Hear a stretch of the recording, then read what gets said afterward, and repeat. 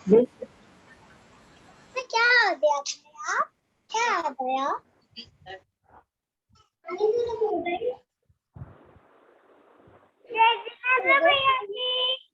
जय जिनेंद्र। मंगलाचरण करेंगे, सभी हाथ जोड़िए। नमो अर्हंताण, नमो सिद्धाणं, नमो आयरीयाणं, नमो वज्रायाणं, नमो लोये सव्यसाहुणम्।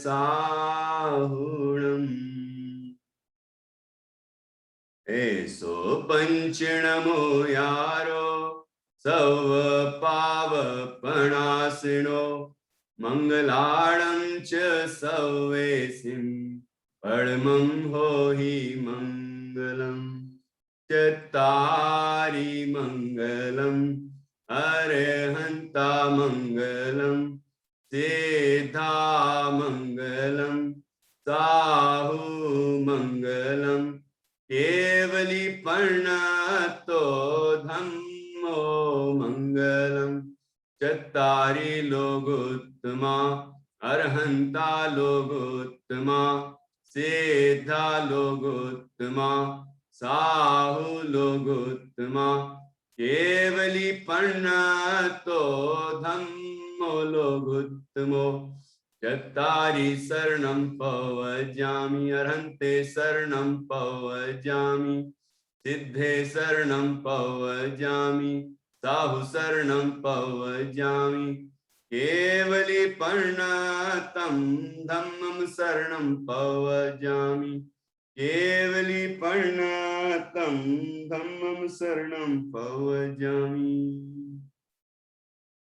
आज हमारा शनिवार और रविवार को जो विशेष कार्यक्रम आयोजित होते हैं, उनमें शनिवार आज 9 बजे से 10:30 बजे तक के लिए बालक पालक संवाद आयोजित किया गया है। और आज के कार्यक्रम की अध्यक्षता हमारे बहुत ही बड़े भाई साहब अजीत जी अलवर से पधारे हैं। पंडित अजीत जी अलवर, वो हमारे साथ आज अध्यक्ष के रूप में जुड़ेंगे और हमें मार्गदर्शन देंगे, आशीर्वचन देंगे, संबोधन उद्बोधन सब प्रदान करेंगे। और इसके बाद अभी थोड़ी ही देर में श्रीमान अजीत जी जैन बड़ौदा से भी जुड़ेंगे। वो हमारे आज के कार्यक्रम के मुख्य अतिथि रहेंगे। और इसके अलावा इस कार्यक्रम का संचालन श्रीमती संध्या जैन इंदौर से करेंगी। और बाकी सारी प्रस्तुति बच्चों के द्वारा, उनके पेरेंट्स के द्वारा होगी। इस कार्यक्रम का जैसे नाम है बालक पालक संवाद, तो आज बच्चे जो सीख रहे हैं इतने दिनों से, वह हमें इन कार्यक्रम के माध्यम से देखने को मिलेगा। और घर में वो अपने पेरेंट्स को भी किस तरह अपने जो भी ज्ञान प्राप्त करते हो बताएंगे, तो कैसा माहौल घर का बनेगा, कैसा खुशनुमा वातावरण तैयार होगा कि जब माता पिता अपने बच्चों के साथ तत्व चर्चा करेंगे नमोकार मंत्र के बारे में। और जो 11 विषय हमने दिए हैं यहाँ, महामंत्र की महिमा, चत्तारी मंगल पाठ, इसके बाद दिनचर्या, जीव अजीव, देव दर्शन, मेरा धाम, ये तीर्थंकर और भगवान, ऐसे सभी विषय जो बालबोध पाठमाला भाग 1 में आए हैं, उन सभी विषयों के में से एक एक विषय पर ये बच्चे और उनके पालकगण अपनी अपनी प्रस्तुति देंगे, तो अच्छा वातावरण तैयार होगा। और हर घर में जब तत्व चर्चा होगी तो निश्चित रूप से सभी को बहुत ही आनंद की प्राप्ति होगी, सबके दुख दूर होंगे और एक अच्छा वातावरण तैयार होगा और सभी मोक्ष मार्ग में अग्रसर होंगे। तो ऐसी भावना से ये कार्यक्रम रखा गया है। और मैं सबसे पहले हमारे जो अध्यक्ष महोदय हैं श्रीमान पंडित अजीत जी भाई साहब अलवर से हमारे साथ जुड़े हैं, उनका मैं स्वागत करने के लिए बच्चों से कहूँगा कि वे जोरदार तालियों से भाई साहब का स्वागत करें, अभिनंदन करें।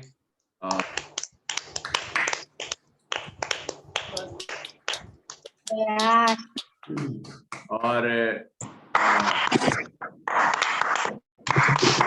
भैया जी, जय जिनेन्द्र, जय जिनेन्द्र।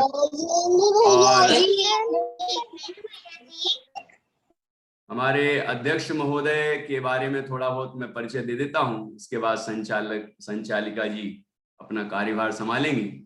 अजय जी भाई साहब हमारे, जहां से मैंने भी अध्ययन किया है, पंडित टोडरमल स्मारक जयपुर, वहां से हमसे बहुत ही सीनियर हैं, मेरे ख्याल से 5वें 6वें बैच के हैं भाई साहब। तो करीब 15 साल सीनियर हैं और अलवर में तत्व प्रचार की गतिविधियां संचालित करते हैं, शासकीय सेवाएं भी प्रदान करते हैं और बच्चों के मास्टर कहे जाते हैं। मतलब जब मैंने देखा उदयपुर में, उदयपुर बहुत बड़ा शिविर लगा हुआ था, करीब 15 साल हो गए होंगे, उसमें 20 साल हुए, 2001 का समय था शायद। तो भाई साहब ने जिस तरह से वहाँ सामूहिक क्लास ली, तब से ही हम तो छोटे थे, तो बहुत ही आनंद आया। इस तरह बच्चों की क्लास भी बहुत अच्छे से संचालित करते हैं और प्रवचन क्लासेस बड़ों के लिए भी बहुत अच्छे से संचालित करते हैं और ऐसे कई कार्यक्रम जो समाज के लिए बहुत ही आकर्षक होते हैं, कुछ नयापन करने की वो कोशिश करते रहते हैं। ऐसे हमारे भाई साहब अलवर राजस्थान वहाँ पर कार्यरत हैं और आज हमारे साथ जुड़े हैं। उनका आशीर्वचन हमें प्राप्त होगा। प्रारंभ में भी यदि कुछ भाई साहब कहना चाहेंगे तो वो भी हम सुनना चाहेंगे, बाकी अध्यक्षीय उद्बोधन बाद में होगा ही, और बीच में भी हम चाहेंगे कि आपका बीच बीच में भी मार्गदर्शन प्राप्त होता रहे। धन्यवाद भाई अशोक जी। मुझे अध्यक्ष पद हेतु यहाँ उपस्थित रहने का मौका दिया गया है और जो आपने कार्यक्रम इस अवसर पर बनाया है, आप जो बच्चों के प्रति जो मेहनत कर रहे हैं, उन्हें संस्कार का आरोपण करने के लिए विशेष मेहनत कर रहे हैं। हमारे जो शिक्षा है उसमें नई शैली को अपनाने को नवाचार कहते हैं, नए प्रयोग करने को नवाचार कहा जाता है। तो नवाचार के माध्यम से आप जो ये बच्चों में उत्साह जागृत कर रहे हैं, ये बहुत लाभदायक बनेगा, बच्चों में रुचि पैदा करेगा।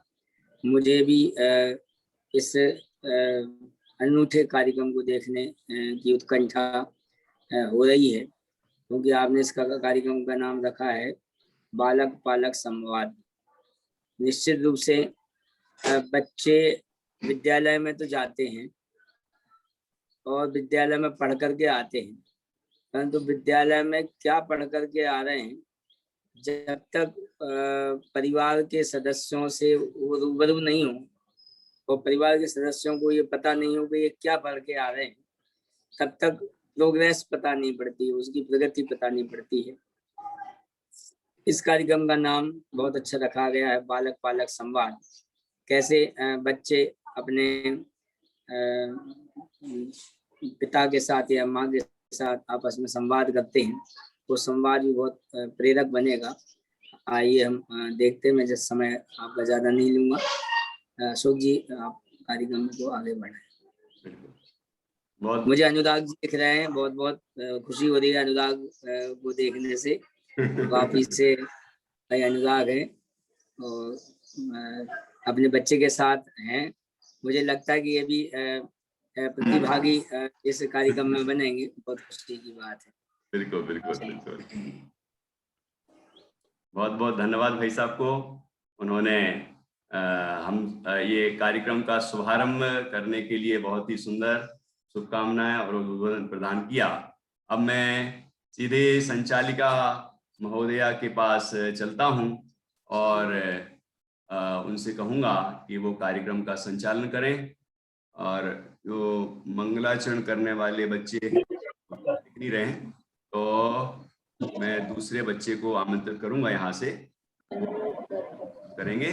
और प्रकृति जैन हमारे साथ यहाँ जुड़ी हुई हैं, से मैं उनसे कहूंगा कि वो मंगलाचरण प्रस्तुत करें। इसमें अपने नमोकार मंत्र और सिर्फ नमोकार मंत्र और नमन कविता प्रस्तुत करेंगी। ओके, प्रकृति।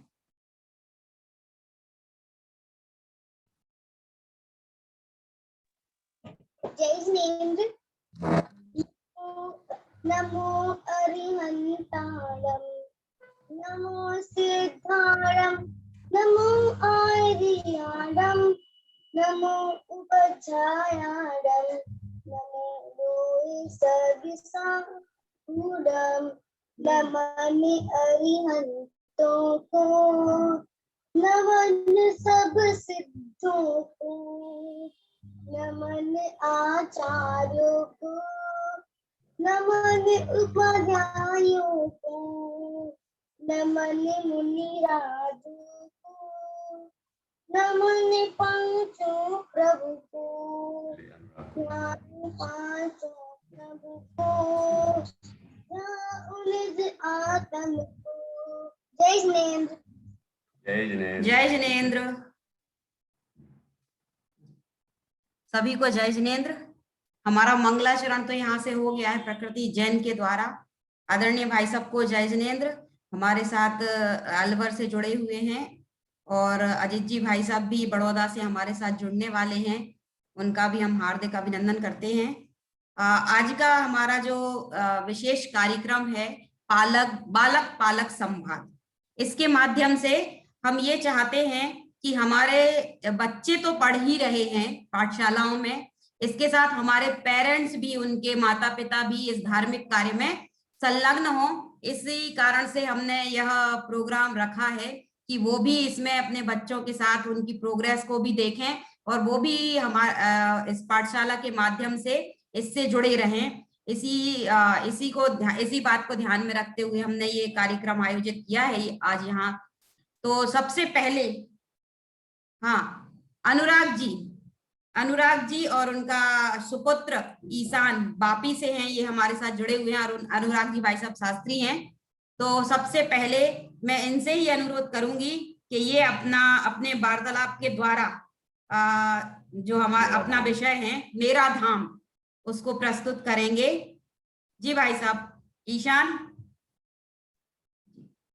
मेरा नाम ईशान है, मैं वापी से हूँ।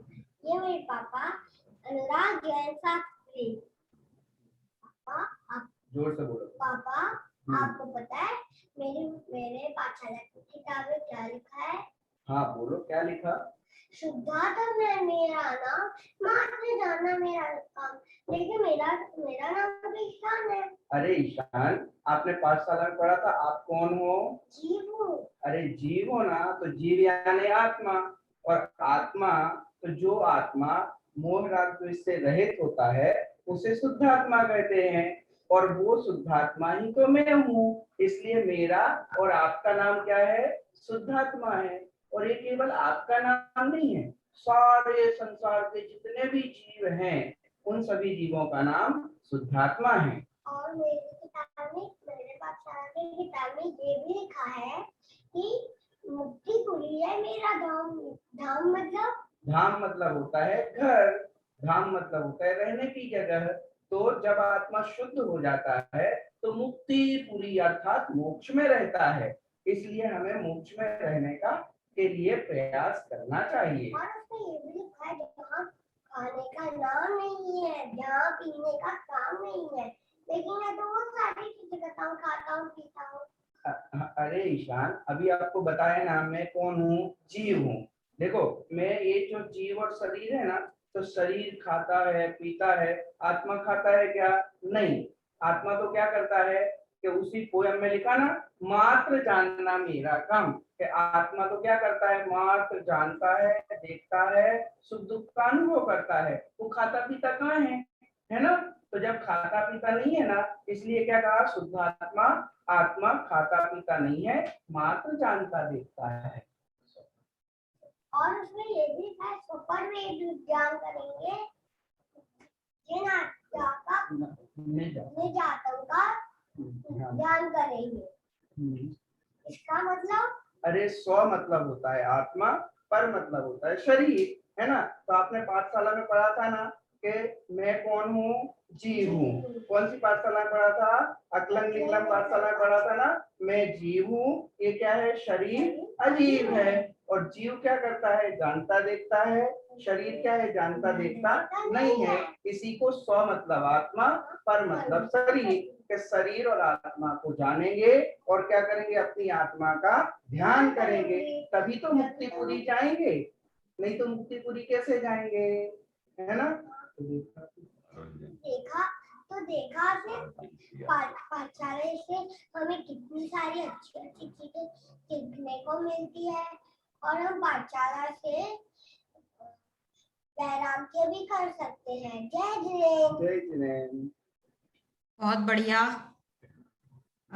जैसा कि कहा जाता है कि पिता झलक ज्यों पुत्र में दिखती, इसी प्रकार का यहाँ पर भी हमें दिखाई दे रहा है कि अनुराग जी के सुपुत्र भी ईशान जैन, जो हमारे साथ 2 क्लासों में लगातार निरंतर रूप से जुड़े रहते हैं और नई नई बातों को सीख रहे हैं। तो इसी प्रकार की झलक हमें इनके पुत्र में भी दिखाई दे रही है कि ये भी आगे जाके अपने पिता के नक्शे कदमों पर ही चलने वाले हैं। बहुत बढ़िया प्रस्तुति भाई साहब। ईशान भी बहुत बढ़िया, अच्छा लर्न किया आपने। और इसके बाद सौरभ जी हमारे सागर से जुड़े हुए हैं अपनी बेटियों के साथ, नित्या एवं निष्ठा के साथ। उनसे वे हमारे सामने अपना विषय प्रस्तुत करेंगे, णमोकार महामंत्र एवं महामंत्र की महिमा। इस विषय पर अपना संवाद, अपना वार्तालाप अपनी बेटियों के साथ प्रस्तुत करेंगे सौरभ। हाँ, इसके बाद हमारे सामने आरुल जैन बेंगलोर से हमारे साथ जुड़ती हैं। जो आरुल जैन, वो तैयार रहे, इसके बाद उनका नंबर आने वाला है। आरुल जैन, सौरभ जी अनम्यूट जी। बच्चों जय जिनेन्द्र। जय जिनेन्द्र। बच्चों आज आपको हम पढ़ाएंगे णमोकार मंत्र। तो आपने कल हमने होमवर्क दिया था, आपने णमोकार मंत्र याद किया? बताइए णमोकार मंत्र शुद्ध बोलिए। निष्ठा जैन जोर से बोलो, सुनाई दे। नमो अरिहंताणम, नमो अरिहंताणम, नमो शेखारम, नमो अरियारम, नमो छायारम, नमो लोरेश्वर तबे सापुरम। नित्य आप बोलो। नमो अरिहंताणम, नमो शेखारम, नमो अरियारम, नमो छायारम, नमो लोरेश्वर। Very good. अब नित्य ये बताओ णमोकार मंत्र किसको नमस्कार किया गया? आप बोलो नित्या, नमोकार मंत्र किसको नमस्कार किया गया है? 5 परमेष्ठियों को नमस्कार। 5 परमेष्ठि के नाम बता सकती हो निष्ठा? जी, जी, आचार्य जी, उपाध्याय जी, नित्य आप बोलो।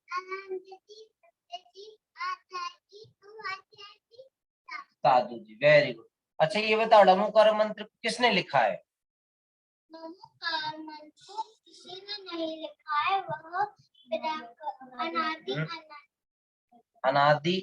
अनादि निधन मंत्र है। नित्य आप बोलो, णमोकार मंत्र को किसने लिखा है? तो किसने लिखा है फिर? वह तो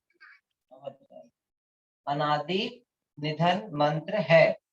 अच्छा ये बताओ णमोकार मंत्र कौन सी भाषा में लिखा गया? णमोकार मंत्र प्राकृत भाषा में लिखा गया। नित्य आप बताओ णमोकार मंत्र कौन सी भाषा में लिखा गया है?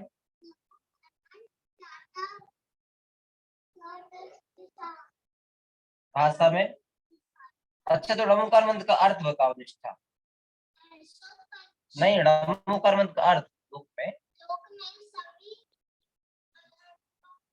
नमस्कार हो, लोक में सभी सिद्धों को नमस्कार हो, लोक में सभी आचार्यों को नमस्कार हो, लोक में सभी उपाध्यायों को नमस्कार हो, लोक में सभी साधुओं को नमस्कार। अब नित्य बताए बेटा, ड़मोकार मंत्र का अर्थ बताओ। लोक में सभी हाथ जोड़। नमस्कार हो, लोक में सभी सिद्धों को नमस्कार हो, लोक में सभी आचार्यों को नमस्कार हो, लोक में सभी नमस्कार हो, लोक में सभी साधुओं को नमस्कार। ठीक है ना। तो ड़मोकार मंत्र आपने शुद्ध बोला है। अब आपको कल पूरा चत्तारी मंगलम पाठ और उसकी महिमा याद। अच्छा, ड़मोकार मंत्र की महिमा और बताओ। ऐसो पंच यारो सर्वे पाव पराशरो मंगलांच सर्वे से परमोहि नित्य आप बताओ। नहीं, ऐसो पंच यारो सर्वे पाव पराशरो मंगलांच सर्वे से परमोहि। ठीक है, अब आपको कल चत्तारी मंगलम पाठ पढ़ के आना। ठीक है। जय जिनेंद्र करो पंडित जी से, दीदी से। जय जिनेंद्र।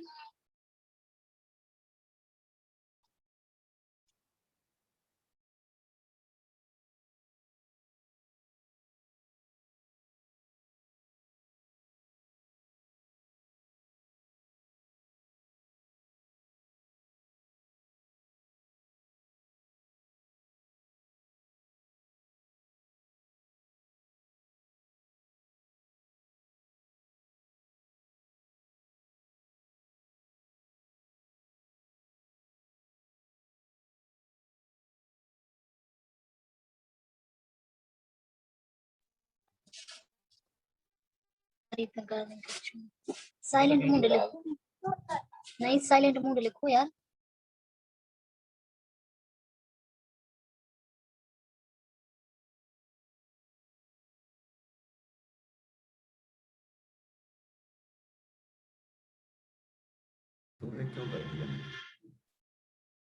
कोई बात नहीं, म्यूट हो गया था यहाँ से, इसलिए आवाज शायद नहीं आप लोगों तक पहुंच पाई है। नेक्स्ट हमारी प्रस्तुति आरुल जैन के द्वारा होगी और सौरभ जी भी मेरी बात शायद नहीं सुन पाए हों, इसलिए बता देती हूँ कि ड़मोकार मंत्र बनाया किसी ने नहीं है, वो अनादि निधन मंत्र है। लिपिबद्ध उसको जरूर किया गया है, लिखा गया है आचार्य भूतबली और पुष्पदंत के द्वारा। हाँ, सठ खंडागम ग्रंथ में। मैं समझती हूँ कि आपका अभिप्राय यही था, परंतु शब्द थोड़ा सा हो गए थे, कोई बात नहीं। अब हमारी नेक्स्ट प्रस्तुति आरुल जैन। आरुल जैन जो कि बेंगलोर से हमारे साथ। हाँ जी, और तैयार रहें अर्घम जैन एवं उनका परिवार तैयार रहें नेक्स्ट वक्ता के रूप में। लीव तो नहीं होगा, गलती से शायद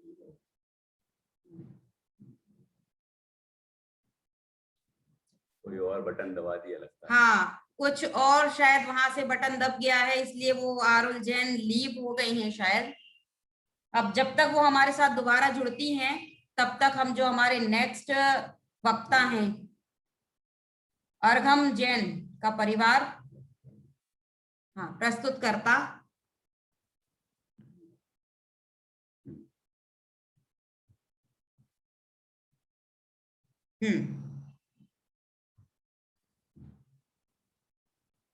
अनम्यूट करें। हाँ जी। जय जिनेंद्र अध्यक्ष महोदय, अतिथि महोदय, समस्त अतिथिगण एवं प्यारे बच्चों, जय जिनेंद्र बच्चों। जय जिनेंद्र। आज हम चतारी मंगलम पाठ के बारे में जानेंगे। आइए पहले हम इसका उच्चारण करते हैं। चतारी मंगलम अरिहंत मंगलम सिद्धा मंगलम साहू मंगलम केवलिपनातो धम्मो मंगलम। चतारिलो गुत्मा अरिहंतलो गुत्मा सिद्धलो गुत्मा साहुलो गुत्मा केवलिपनातो धम्मोलो गुत्मो। चतारि शरणं प्रव्रजामि अरिहन्त शरणं प्रव्रजामि सिद्धे शरणं प्रव्रजामि साहु शरणं प्रव्रजामि केवलिपनातं धम्मं शरणं प्रव्रजामि। अच्छा अगम बताइए चतारी मंगलम का अर्थ क्या होता है? चतारी मंगलम अर्थात लोक में 4 मंगल होते हैं। अर्यंता मंगलम अर्थात अर्यंत भगवान मंगल है। सिद्धा मंगलम अर्थात सिद्ध भगवान मंगल है। साहु मंगलम अर्थात आचार्य उपाध्याय साधु भगवान मंगल है। केवलीपनत धम्मो मंगलम अर्थात केवली भगवान द्वारा बताए गए वितराग धर्म मंगल है। बहुत अच्छा। अश्विनी आपको पता है मंगल किसे कहते हैं? जो मोह राग द्वेष रूपी पापों को गलाए और सच्चा सुख उत्पन्न करे उसे मंगल कहते हैं। अच्छा एकदम चतारी लोकोत्तमा का क्या अर्थ होता है? चतारी लोकोत्तमा अर्थात लोक में 4 उत्तम होते हैं। अर्यंता लोकोत्तमा अर्थात अर्यंत भगवान उत्तम है। सिद्ध लोकोत्तमा अर्थात सिद्ध भगवान उत्तम है। साहु लोकोत्तमा अर्थात आचार्य उपाध्याय साधु भगवान उत्तम है। केवलीपनत धम्मो लोकोत्तमो अर्थात केवली भगवान द्वारा बताए गए वितराग धर्म उत्तम है। अति उत्तम। उत्तम क्या होता है? जो लोक में सबसे महान हो उसे उत्तम कहते हैं। बहुत अच्छा। अच्छा चतारी शरणम पव्यजामी का क्या अर्थ है? चतारी शरणम पव्यजामी अर्थात मैं चारों शरण में जाता हूँ। अर्थात और अर्यंत शरणम पव्यजामी अर्थात मैं अर्यंत भगवान के शरण में जाता हूँ। सिद्धेशरणम पव्यजामी अर्थात मैं सिद्ध भगवान के शरण में जाता हूँ। साहु शरण पव्यजामी अर्थात मैं आचार्य उपाध्याय साधु भगवान के शरण में जाता हूँ। केवलीपनत धम्मं शरणं पव्यजामि अर्थात मैं केवली भगवान द्वारा बताए गए वितराग धर्म के शरण में जाता हूँ। बहुत अच्छा। अच्छा शरण किसे कहते हैं? शरण सहारे को कहते हैं। पंच परमेष्ठी द्वारा बताए गए मार्ग पर चलकर जो अपनी आत्मा की रक्षा करता है वो पंच परमेष्ठी की शरण लेता है। जो पंछी की शरण लेता है उसका कल्याण होता है। जय जिनेंद्र। मंत्र के उच्चारण में कहीं कोई गलती हुई तो क्षमा चाहते हैं। बहुत बढ़िया। चतारी मंगल पाठ पे इन्होंने अपना संवाद अपना वार्तालाप प्रस्तुत किया। बहुत बढ़िया। ये अर्घम जैन और रश्मि जैन हमारे साथ अहमदाबाद से जुड़ते हैं। बहुत बढ़िया। बहुत अच्छा संवाद प्रस्तुत किया आपने। अब हमारे नेक्स्ट जो वक्ता हैं प्रस्तुत करता है वो आरोल जैन और उनकी मम्मी राजुल जैन बेंगलोर से जो हमारे साथ जुड़े हुए हैं। डॉक्टर राजुल जैन जी। जय जिनेंद्र सभी को। जय जिनेंद्र। एक सेकंड। और नेक्स्ट प्रस्तुत करता हमारे तैयार रहे नित्या जान्या जैन महारानी से। हाँ जी जी। मम्मी सुबह हो गई है, चलो नमोकार मंत्र बोलते हैं। आरुल आप रोज सोने से पहले और सुबह उठने के बाद नमोकार मंत्र क्यों बोलते हो? क्योंकि नमोकार मंत्र महामंत्र है। अच्छा कैसे? एक बार कुछ ब्राह्मण यज्ञ कर रहे थे तो एक कुत्ता है उसने सारी सामग्री खा ली तो ब्राह्मण ने मारा और कुत्ता मरने वाला था तभी एक शेर आया उसने नमोकार मंत्र सुनाया और कुत्ता नमोकार मंत्र सुन के मर के देव बना। तो उसके प्रभाव से तो हम लोग नमोकार मंत्र का अपमान क्यों नहीं करना चाहिए? एक बार एक राजा था उसने गुस्से में गरम गरम खीर अपने खाना बनाने वाले पे फेंक दी थी तो वो उसके अगले जन्म में देव बना। उसे बदला लेना था तो उसने 40 मांगो लेके और वो ब्राह्मण का रूप खाया और राजा ने खाया। राजा ने बोला कहाँ मिलता तो उसने अपना पता बताया और वो चालाकी से लेके आए अब उसकी फैमिली और वो देवता उसने तूफान बनाया और जो राजा था फिर उसने और वो अपने रूप में आके हंसने लगा और जो राजा था उसने बोला अपन कैसे बच सकते हैं, तो उसने बताया नमोकार मंत्र समुद्र में लिखो और पेड़ से पूछो। तो राजा ने वैसा किया और जो देवता उसने धक्का दे दिया और राजा के 7th नरक में गए, सबसे डेंजरस नरक में। तो नमोकार मंत्र किसने और कहाँ लिखा है? आचार्य पुष्पदंत और भूत बलि ने शितकंडगम ग्रंथ में लिखा। तो आज से हमें रोज नमोकार मंत्र का पाठ करना चाहिए। नमोकार महामंत्र की महिमा तीन लोक में व्याप रहे, ओमकार से मंत्र जाप से पाप प्रगतिया काप रही, सब मंगल में प्रथम सुमंगल मुक्ति मार्ग पाजे कहा, अंजन सावन गया निरंजन हम भी पाए मोक्ष यहाँ। जय जिनेंद्र। जय जिनेंद्र। बहुत ही सुंदर प्रस्तुति आरुल जैन और डॉक्टर राजुल जैन के द्वारा। हमारे भाई साहब शायद कुछ कहना चाहते हैं। हाँ भाई साहब। जय जिनेंद्र, बच्चे बहुत अच्छी प्रस्तुति दे रहे हैं। इससे पहले जो अर्घम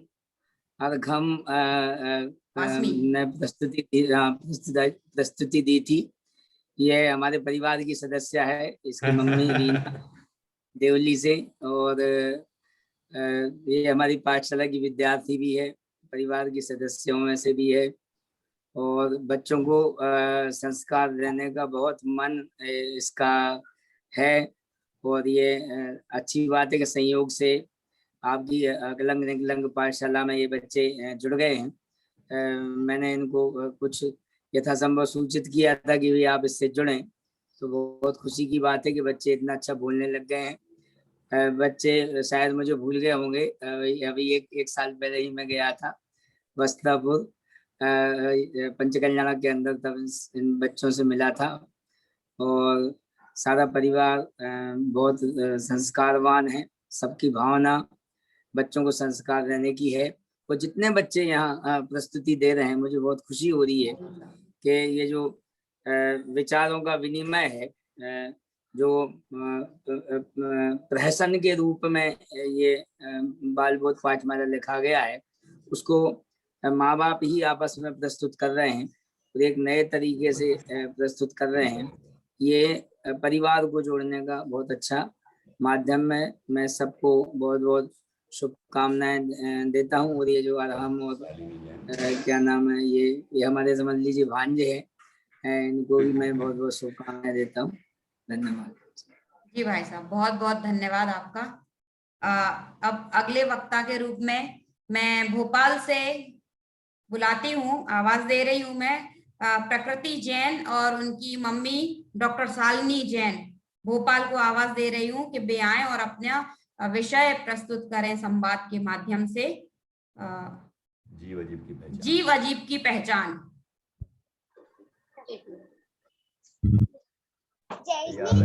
हाँ, 1 मिनट और तैयार रहें। अर्घम जैन इंदौर से। अर्घम जैन, आशीष जैन इंदौर। जी हाँ, साली जी। जय हिंद मम्मी। तुम्हारी अकलंग निकलंग पाठशाला कैसी चल रही है? मेरी अकलंग निकलंग पाठशाला चल रही है। अच्छा, तो उसमें क्या क्या सिखाया गया अभी? उसमें 25 कविताएं सिखाई गई है और कहानियां भी सिखाई गई हैं। इंग्लिश की भी कविताएं सिखाई गई है? हाँ, इंग्लिश की भी सिखाई गई है। अरे वाह, इतना सिखाया गया। तो उसमें पंडित जी ने थोड़ा सा जीव अजीब के बारे में भी बताया होगा, है ना? हाँ, बताया है। अच्छा, तो बताओ जीव किसे कहते हैं? जो जानता देखता है और सुख दुख का अनुभव करता है उसे जीव कहते हैं। अच्छा, और अजीब किसे कहते हैं? जो जानता देखता नहीं और सुख दुख का अनुभव नहीं करता उसे अजीब कहते हैं। अच्छा, तो आंखें देखती हैं, कान सुनते हैं और शरीर सुख दुख का अनुभव करता है, तो शरीर तो जीव है ना? नहीं, आंखें नहीं देखती है, कान नहीं सुनते हैं। अगर आंखें देखती और कान सुनते तो मुर्दा भी देखता और सुनता ना, इसीलिए शरीर अजीब है, समझे? हाँ, अब इसका मतलब कि आत्मा जीव है और शरीर अजीब है। आत्मा जानता देखता है, सुख दुख का अनुभव करता है, और शरीर सुख दुख का अनुभव नहीं करता। ठीक है ना? हाँ ठीक है। अच्छा आप ये बताओ कि हाथी जीव है कि अजीब?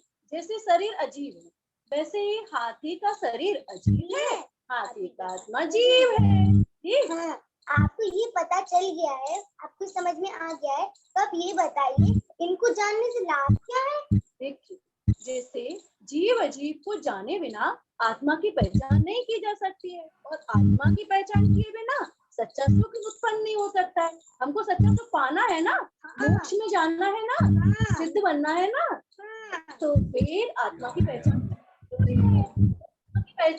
तब कर पाएंगे ज्ञान हो, है ना। और ऐसी सुंदर सुंदर बातें तुमको अकलंग निकलंग पाठशाला में पढ़ाई जाती है ना रोज, रोज अकलंग निकलंग पाठशाला अटेंड करना और पंडित जी से अच्छी अच्छी बातें सीखना, और वो जो कुछ भी सिखाएंगे उसको घर में रोज याद करना और सुनाना। तो याद करती हूँ। जय जिनेन्द्र। जय जिनेन्द्र। जय जिनेन्द्र सभी को। जय जिनेन्द्र। ये हमारे साथ डॉक्टर शालिनी जैन और उनकी बेटी प्रकृति हमारे साथ भोपाल से जुड़ी हुई थी। मैं भाई साहब ने जैसा भी बताया तो इनका भी मैं थोड़ा सा परिचय देना चाहूंगी कि ये मेरे हमारे सागर की ही हैं और मेरी छोटी बहन के समान है। बहुत ही स्वाध्याय की बहुत ही गहन रुचि वाली है ये, और अपनी बेटी को भी इसी मार्ग में इन्होंने लगाया हुआ है, और अभी भी निरंतर इनका स्वाध्याय, ये टीचर भी हैं स्कूल में, और निरंतर स्वाध्याय जो है इनका चलता रहता है। घर में भी निरंतर स्वाध्याय की जो एक धारा है वो बहती रहती है। अपने परिवार वालों को भी साथ में उसमें इन्होंने जोड़ा हुआ है। बहुत ही सुंदर संवाद इन्होंने प्रस्तुत किया है। बहुत बहुत धन्यवाद। और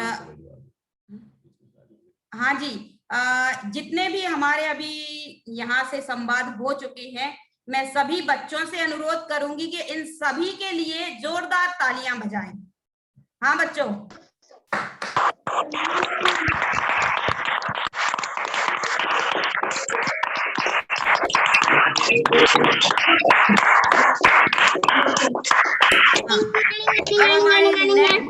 हमारे अगले वक्ता के रूप अगले प्रस्तुतकर्ता संवाद प्रस्तुतकर्ता के रूप में मैं आवाज दे रही हूँ अरहम जैन और उनके पिताजी आशीष जैन, जो कि हमारे साथ इंदौर से ही जुड़े हुए हैं।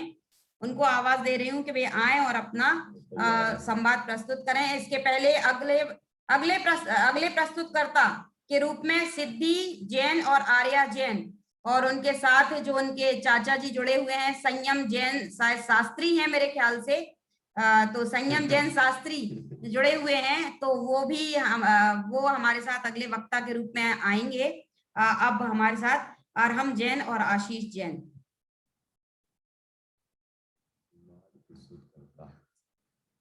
हाँ जी, अनम्यूट करिए भाई साहब।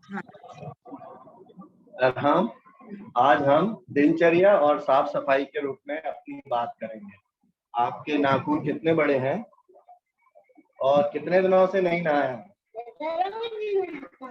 आप अगर रोज नहाते हैं तो ये गंदगी नहीं लगी होनी चाहिए। हमें साफ सफाई अच्छे से करनी चाहिए और अपने मुंह की भी मंजन ब्रश सुबह बहुत अच्छे से करना चाहिए, नहीं तो उससे बदबू आती है और बदबू आने के बाद दांत गिर भी जाते हैं। अगर आप रोज नहाते हैं, रोज ब्रश करते हैं तो सारे काम समय पर करना चाहिए। अपनी एक दिनचर्या बनाओ और उस दिनचर्या के हिसाब से काम करना चाहिए।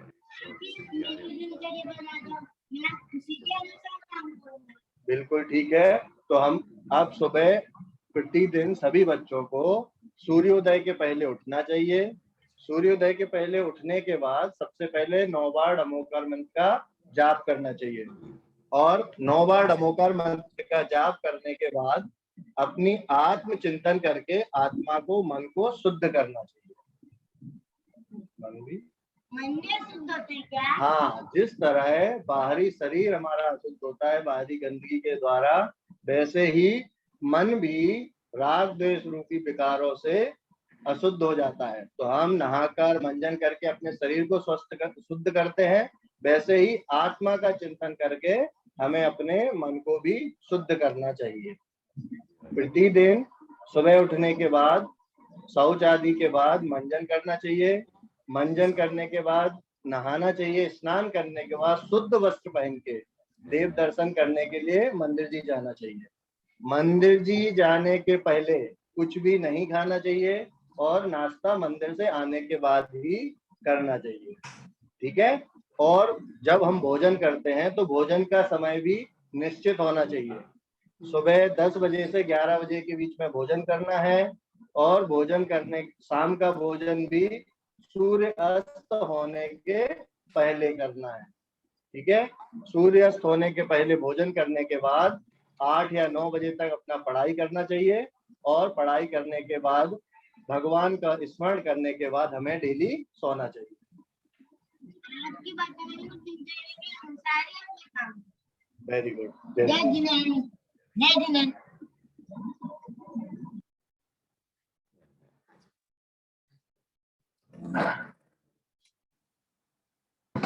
अगला संवाद प्रस्तुत करने के लिए हमारे संयम जैन शास्त्री मड़देवरा से जुड़ेंगे।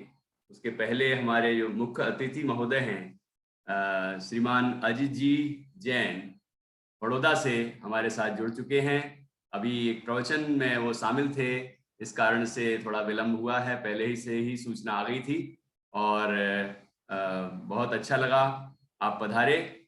और भाभी जी भी पधारी हुई हैं, अनीता, हाँ, श्रीमती अनीता जी जैन जो नागपुर से हैं। नागपुर से हमारा विशेष परिचय हुआ था, तो आप भी भाई साहब के साथ जुड़ी हुई हैं।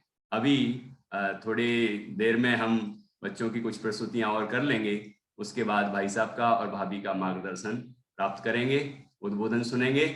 आपका बहुत बहुत स्वागत है और अभिनंदन। हम सभी बच्चों से एक बार जरूर कहेंगे कि वो जोरदार तालियों से श्रीमान अजित जी जैन बड़ौदा का स्वागत करें, अभिनंदन करें। आप शाश्वत धाम उदयपुर आपने नाम सुना ही होगा, बालिकाओं के लिए जो बहुत ही सुंदर विद्यालय चलता है, महाविद्यालय चलता है, उसको संचालित करते हैं।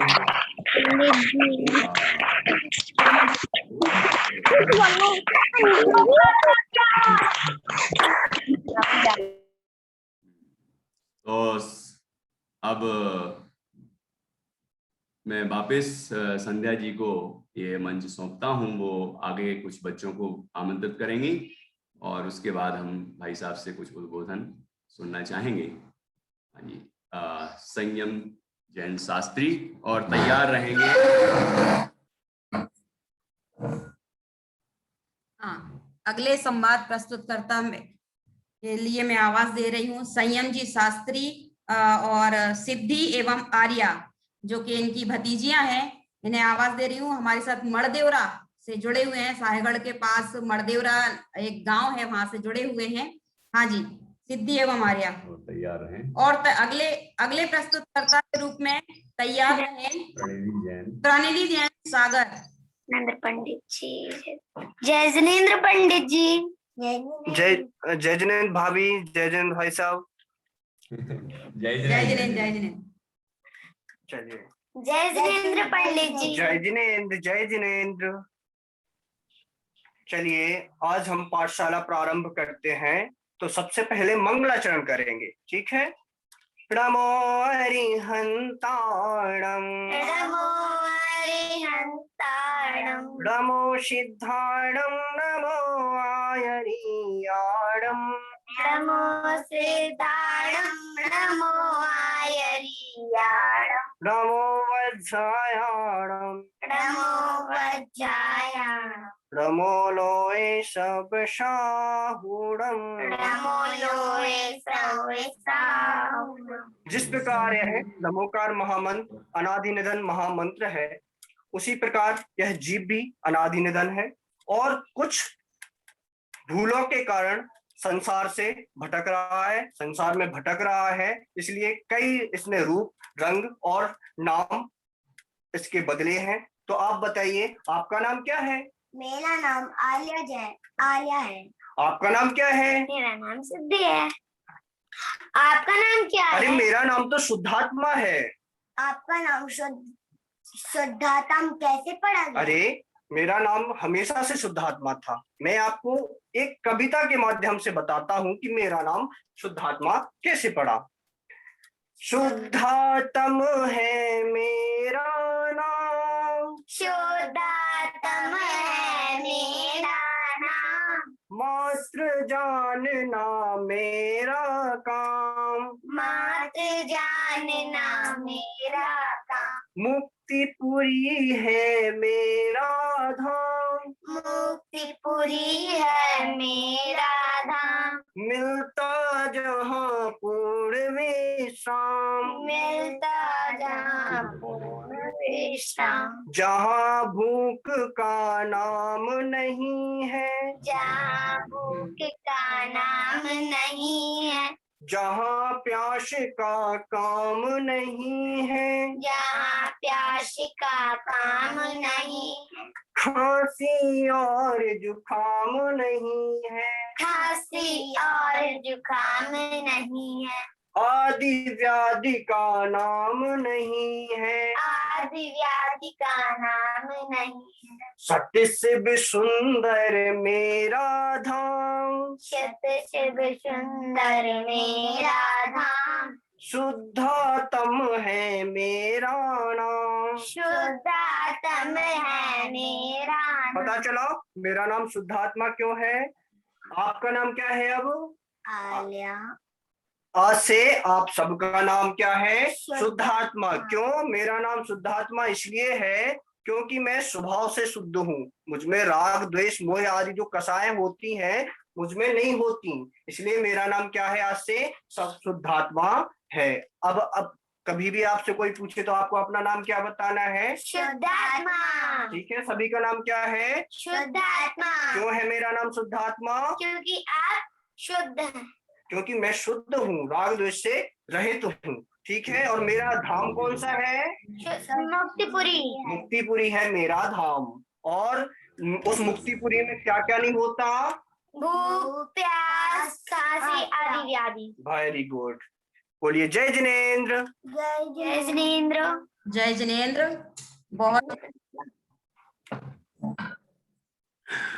बहुत ही सुंदर प्रस्तुति दी है संयम जैन शास्त्री और सिद्धि आर्या मर्देवरा से हमारे साथ जुड़े हैं। और मैंने पहले भी कहा है बच्चों को अपनी क्लास में कि अगला प्रोग्राम हम अगले सैटरडे संडे को एक घर घर बने पाठशाला इस तरह का कार्यक्रम रखने वाले हैं। तो अभी आपने देखा होगा पाठशाला जैसी झलक दिख रही थी, और तो इसका मतलब ये है कि आगे मेरा कार्यक्रम जो अगला कार्यक्रम है वो भी सफल होने वाला है। और वहाँ कहीं बच्चे पढ़ाएंगे, कहीं पेरेंट्स उनको पढ़ाएंगे। मैं कोशिश करूंगा कि बच्चे बाकी पेरेंट्स और सब लोग बैठे हैं उसमें, और उनको वो जो पाठ यहाँ सीखेंगे पाठशाला में वो वहाँ पर पढ़ाएं। वैसे हर घर बने पाठशाला, घर घर बने पाठशाला, ऐसा कार्यक्रम अगले शनिवार रविवार में कभी लाने वाले हैं। सूचना हम आपको देंगे। और संयम जैन शास्त्री हमारे साथ जुड़े, उन्होंने बहुत अच्छी प्रस्तुति दी, आपको धन्यवाद। और अब अगले प्रस्तुति देने के लिए, संवाद प्रस्तुत करने के लिए आ रही हैं प्रणिधि जैन सागर, और तैयार रहें। अगली प्रस्तुति हमारी सागर से जुड़ी हुई प्रणिधि जैन और उनकी मम्मी के द्वारा है। हाँ जी प्रणिधि जी, और तैयार रहें। और अगली प्रस्तुति के लिए तैयार रहें सानवी जैन और उनकी दादी मंगला निरंजन देवलासी। अगली प्रस्तुति के लिए तैयार रहें। हाँ जी, अभी प्रणिधि जैन।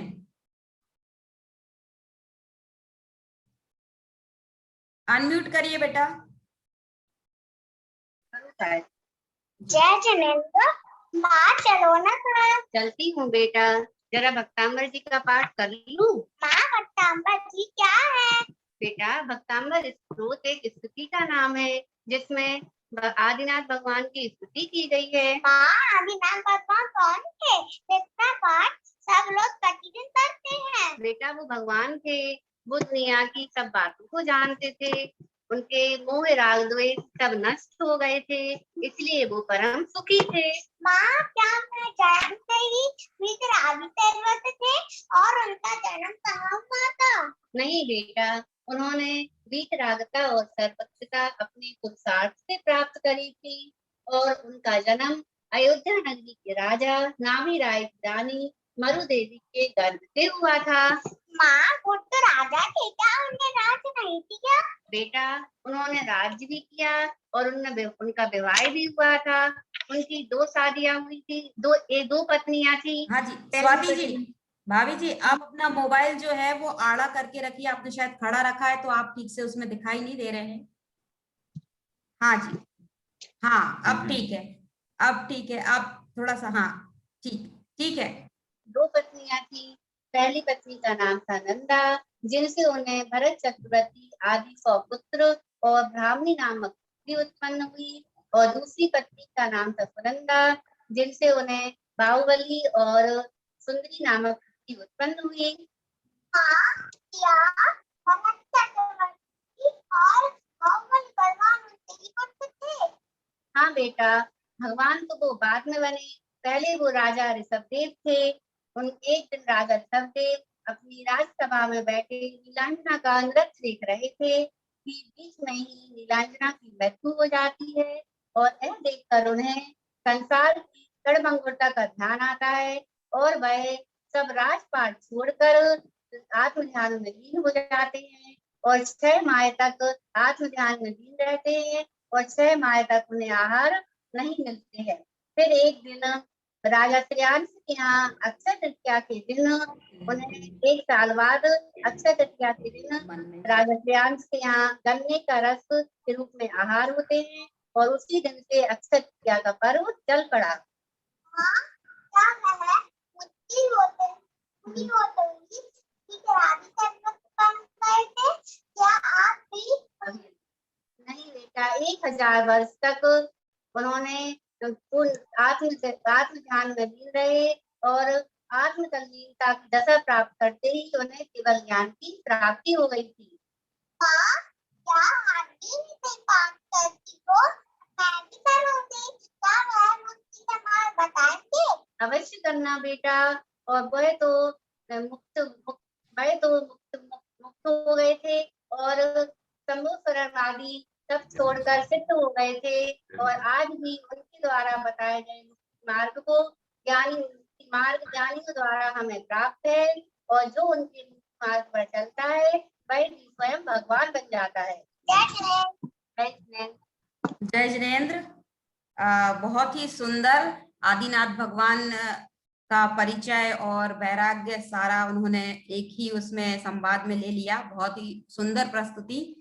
ये हमारे साथ सागर से जुड़ी हुई है। बहुत ही स्वाध्याय प्रेमी परिवार जो है अभय जी जैन कर्रापुर वाले जो कहलाते हैं, उनकी पुत्रवधू और उनकी पोती ये थी यहाँ से स्वाति जी और प्रणति जी। बहुत ही जितनी इनकी जो ये बच्ची दिख रही है प्रणति जैन, इसने जितनी भी अभी तक कविताएं यहाँ से सिखाई गई हैं, सारी कविताओं की इतने बढ़िया तरीके से वीडियो बनाकर इसने प्रस्तुतियां दी हैं। बहुत ही एक्टिव बच्ची है और जितनी एक्टिव ये है उससे ज्यादा एक्टिव कहना चाहिए इसकी माँ है जो उसको सिखाती हैं और वो यहाँ पर वीडियो बना के भेजती है और एक दिन में शायद इसकी 4-4, 5-5 कविताएं इसकी ये प्रस्तुत करती है। हाँ, इसकी करीब 20-25 अभी तक इसने खुद बोल के और प्रस्तुत की हैं। एक्शन करती है, डांस करती है। करीब 20-25 कविताएं अभी तक इसने प्रस्तुत की हैं, वीडियो बनाकर भेज दी है इसने। बहुत ही बढ़िया बेटा, ऐसे ही तुम आगे भी धर्म के मार्ग में लगी रहो। मैं अगले प्रस्तुति के लिए बुलाऊं उससे पहले मैं बता दूं कि इसके बाद हमारी विद्यांशी जैन, बोधिता जैन और समर्थ जैन इंदौर से जो हमारे साथ जुड़े हुए हैं वो तैयार रहें अपनी प्रस्तुति के लिए। अब हमारे सामने है मंगला जी निरंजन देवलासी और उनकी पोती सानवी देवलासी जी। अनम्यूट करो बेटा सानवी। पूरे मंच को जय जिनेंद्र। जय जिनेंद्र। दादी माँ मैं नहा धोकर आ गई और घड़ी मेरे को 7 बजे हमारा मंदिर में जाने का टाइम हो गया। अरे वाह बेटी, कितनी अच्छी है तू, इतने जल्दी तैयार हो गई। देखो मैं अब पानी छान रही हूँ ना, बस 2 मिनट में मेरा काम पूरा करती, तब तक तुम अष्टद्रव्य की थाली ले लो। हाँ, अब मेरा काम पूरा हो गया। चलो अब हम मंदिर जाएंगे। दादी माँ, हम रोज मंदिर में क्यों जाते हैं? अरे बेटिया, हम जब छोटे थे ना तुम्हारे जैसे, तो हमारे टीचर हमें पढ़ाते थे कि जब मंदिर में जाने का भाव मन में आता है तो 10 उपवासों का फल मिलता है। जब हम मंदिर जाने के लिए निकलते हैं तो उससे 10 गुना यानी 100 उपवास का फल मिलता है। और जब हम मंदिर के द्वार पर पहुंचते हैं ना, तो उससे भी 10 गुना यानी 1000 उपवास का फल मिलता है। और जब हम प्रभु के दर्शन करते हैं तो हमें इतना आनंद आता है, इतना आनंद आता है कि कहा नहीं जाता। हाँ दादी माँ, मुझे भी आता है। और हमारे पाठशाला के टीचर ने हमें पोयम पढ़ाई है। और हमारे पाठशाला के टीचर ने हमें पोयम पढ़ाई है। जिन मंदिर जिन समव शरण सम, इसकी महिमा अपरंपार, गंध कुटी में नाथ विराट, सुर नर नारी करे जयकार। वाह बेटा, बहुत सुंदर। और जब हम मंदिर पहुंचते हैं ना, उसके बाद हमें क्या करना चाहिए? पहले हम चने पानी से हाथ पैर धोना चाहिए, फिर निश्चय बोलते हुए मंदिर में प्रवेश करना चाहिए। फिर महावीर के पायों पड़कर जय जयकार करना चाहिए। फिर 3 प्रदक्षिणा लेना चाहिए। फिर पंचप्रभु का ध्यान करना चाहिए। वाह, बहुत अच्छा। और उसके बाद में हमें स्वाध्याय भी करना चाहिए। दादी माँ, उससे क्या होता है? उससे हमें मोक्ष जाने का उपाय मिलता है। उससे क्या होता है? और जब हम भगवान के दर्शन करते हैं तो हमें हमारे आत्मा का स्वरूप भी मालूम होता है और हम बहुत सुखी हो जाते हैं। दादी माँ, मैं भी ऐसी स्वाध्याय करूंगी, मुझे भी भगवान बनना है। अच्छा, बहुत अच्छा। चलो अब हम घर जाएंगे। जय जिनेंद्र। बहुत ही सुंदर प्रस्तुति। मैं सबसे अनुरोध करूंगी कि जोरदार तालियों से अभी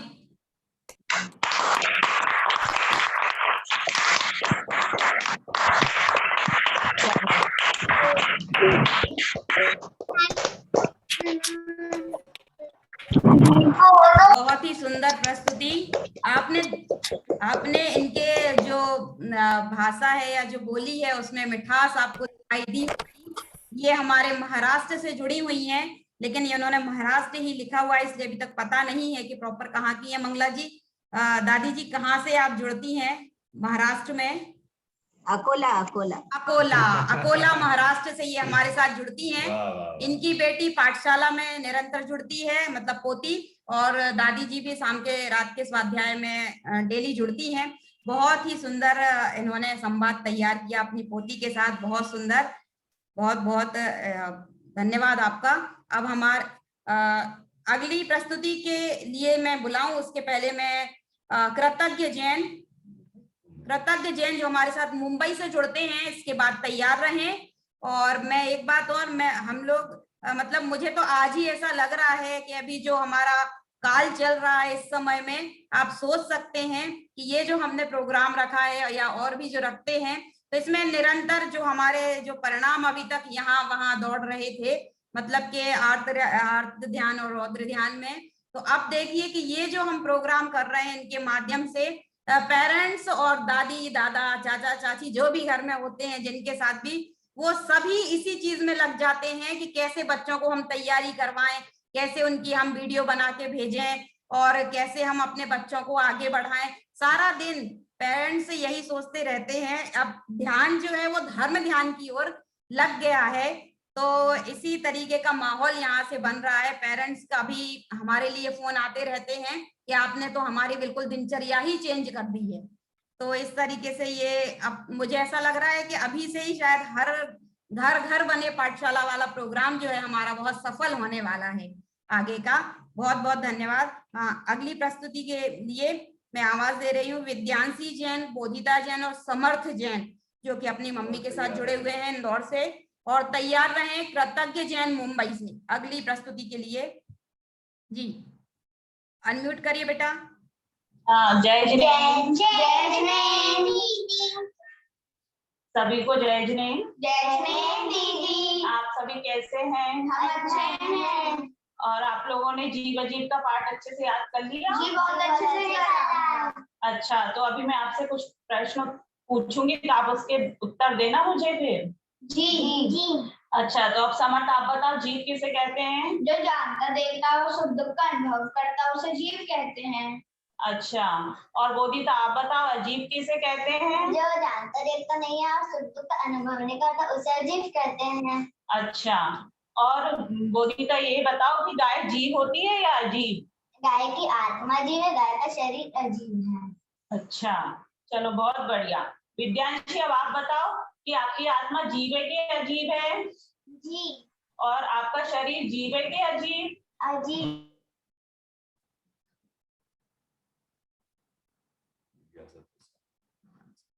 शायद कुछ अटक गया है इसलिए आवाज नहीं आ रही है।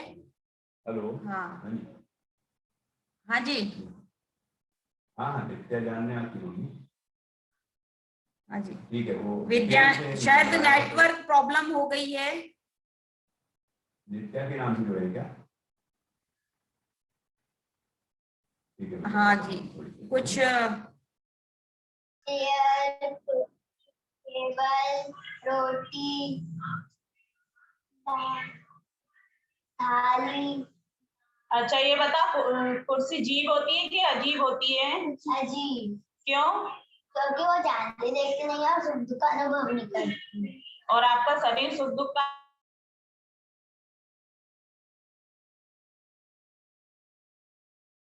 अनुभव कौन? आत्मा।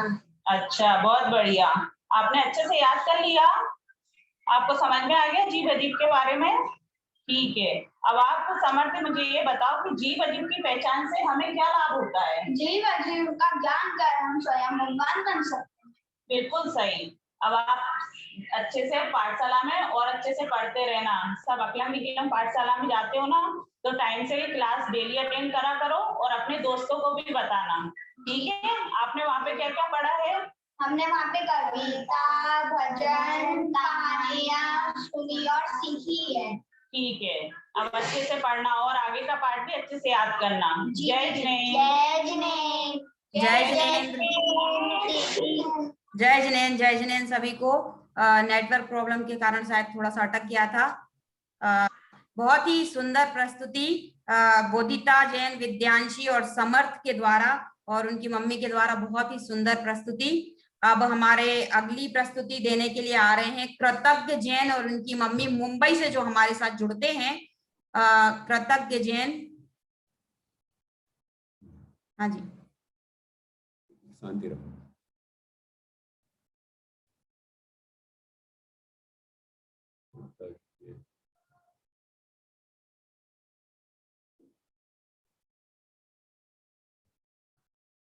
हाँ हाँ जी हाँ, एक सेकंड, आपको अनम्यूट कर रहे हैं हम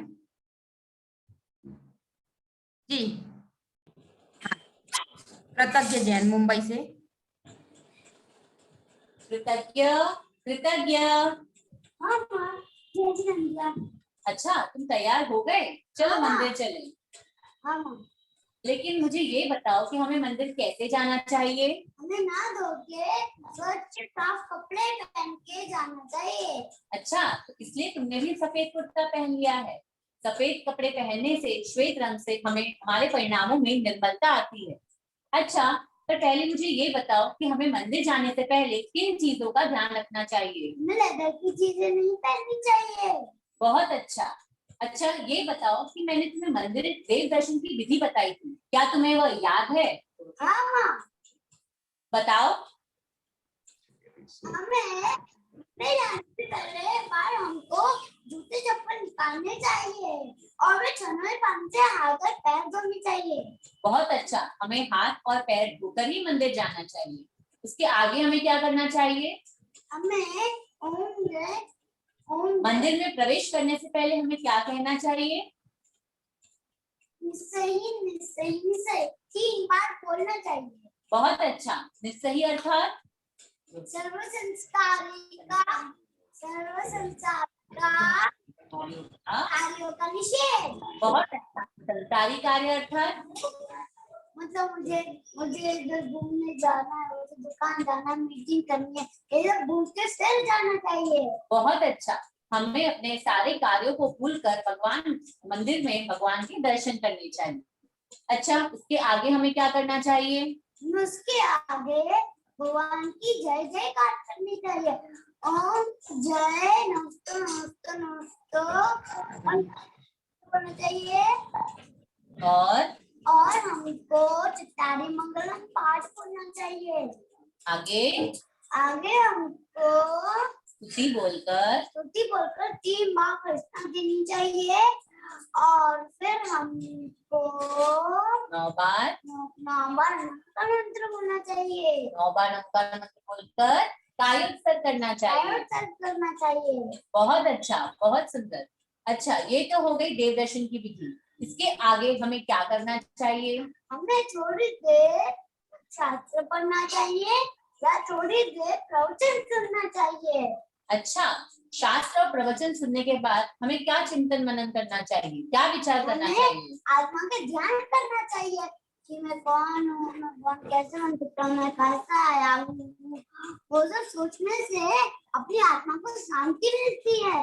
और क्या हो सकता है? और हम भी भगवान बन सकते हैं। बहुत अच्छा, तुम्हें तो देव दर्शन की विधि पूरी तरह से याद है। चलो अब हम मंदिर चलते हैं। जय जिनेंद्र। जय जिनेंद्र। जय जिनेंद्र। बहुत ही सुंदर प्रस्तुति कृतज्ञ जैन और उनकी मम्मी के द्वारा, बहुत सुंदर। अब अगले वक्ता के रूप में मैं प्रस्तुति देने के लिए मेहरौनी से आमंत्रित करती हूँ मैत्री जैन, नित्या जैन और जान्या जैन और उनके पापा जो हमारे साथ जुड़े हुए हैं मेहरौनी से। उन्हें बुलाती हूँ कि वे अपना संवाद प्रस्तुत करें।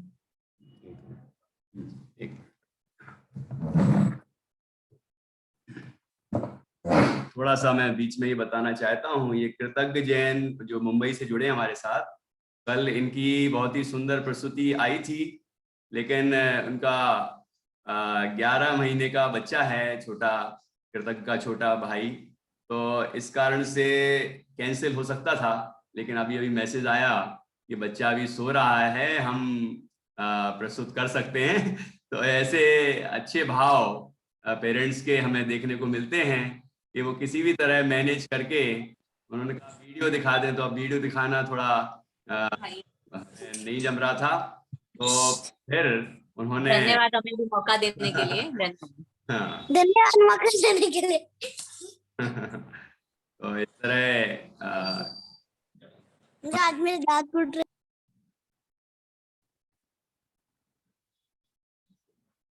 अपनी प्रस्तुति दी। और अब मैत्री, निष्ठा, जान्या मेहरौनी से जुड़े हैं, वो अपने विचार रखेंगे, अपने संवाद प्रस्तुत करेंगे। उसके पहले मैं भाई साहब से अनुरोध करता हूं कि वो अपना उद्बोधन प्रदान करें।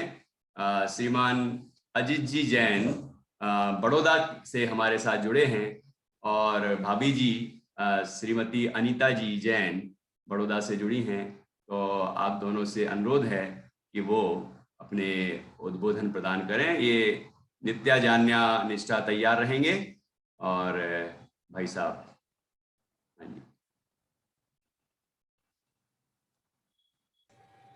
सभी को जय जिनेंद्र।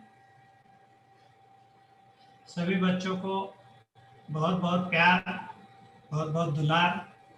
लेकिन एक रिक्वेस्ट है सबसे कि आप आपके घर में गेस्ट को बुलाओगे और खिड़की बंद करके रखोगे तो कैसा चलेगा?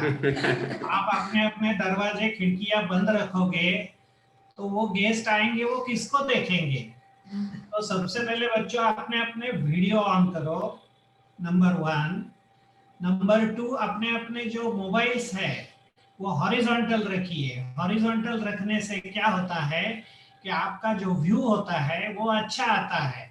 आपके साथ में आपकी मम्मी है, पापा है, भैया है, भाभी है, या जो भी है, कोई भी है, वो हम सब लोगों को एक साथ हम देख सकते हैं। वाह, बहुत बढ़िया। अभी देखिए स्क्रीन भी कितना मस्त लग रहा है। चलिए, सबसे पहले तो अशोक जी भाई साहब और संध्या बहन को बहुत बहुत धन्यवाद, अनुमोदना। उनकी जितनी भी बधाई दे उतनी कम है। आज मैं देख रहा हूं कि अभी फिलहाल 3 जगह बड़े बड़े बच्चों के शिविर चल रहे हैं, लेकिन सभी जगह हाउसफुल है। एक तो छिंदवाड़ा में विवेक जी भाई साहब कर रहे हैं, वो हाउसफुल है। जबलपुर में विराट जी और श्रेणिक जी भाई साहब कर रहे हैं, वो भी हाउसफुल है। अशोक जी भाई साहब और संध्या बहन कर रहे हैं, वो भी हाउसफुल है। इस पर से ये ज्ञात होता है कि हमारे जो पेरेंट्स है वो कितने सजग है अपने बच्चों को जैन दर्शन के प्रति आस्था जगाने के लिए, जैन दर्शन के संस्कार देने के लिए। इसलिए सबसे पहले तो इन सभी आयोजकों का मैं बहुत बहुत धन्यवाद करता हूं कि इतनी सुंदर गतिविधियां आप चला रहे हैं, इसके लिए बहुत बहुत धन्यवाद।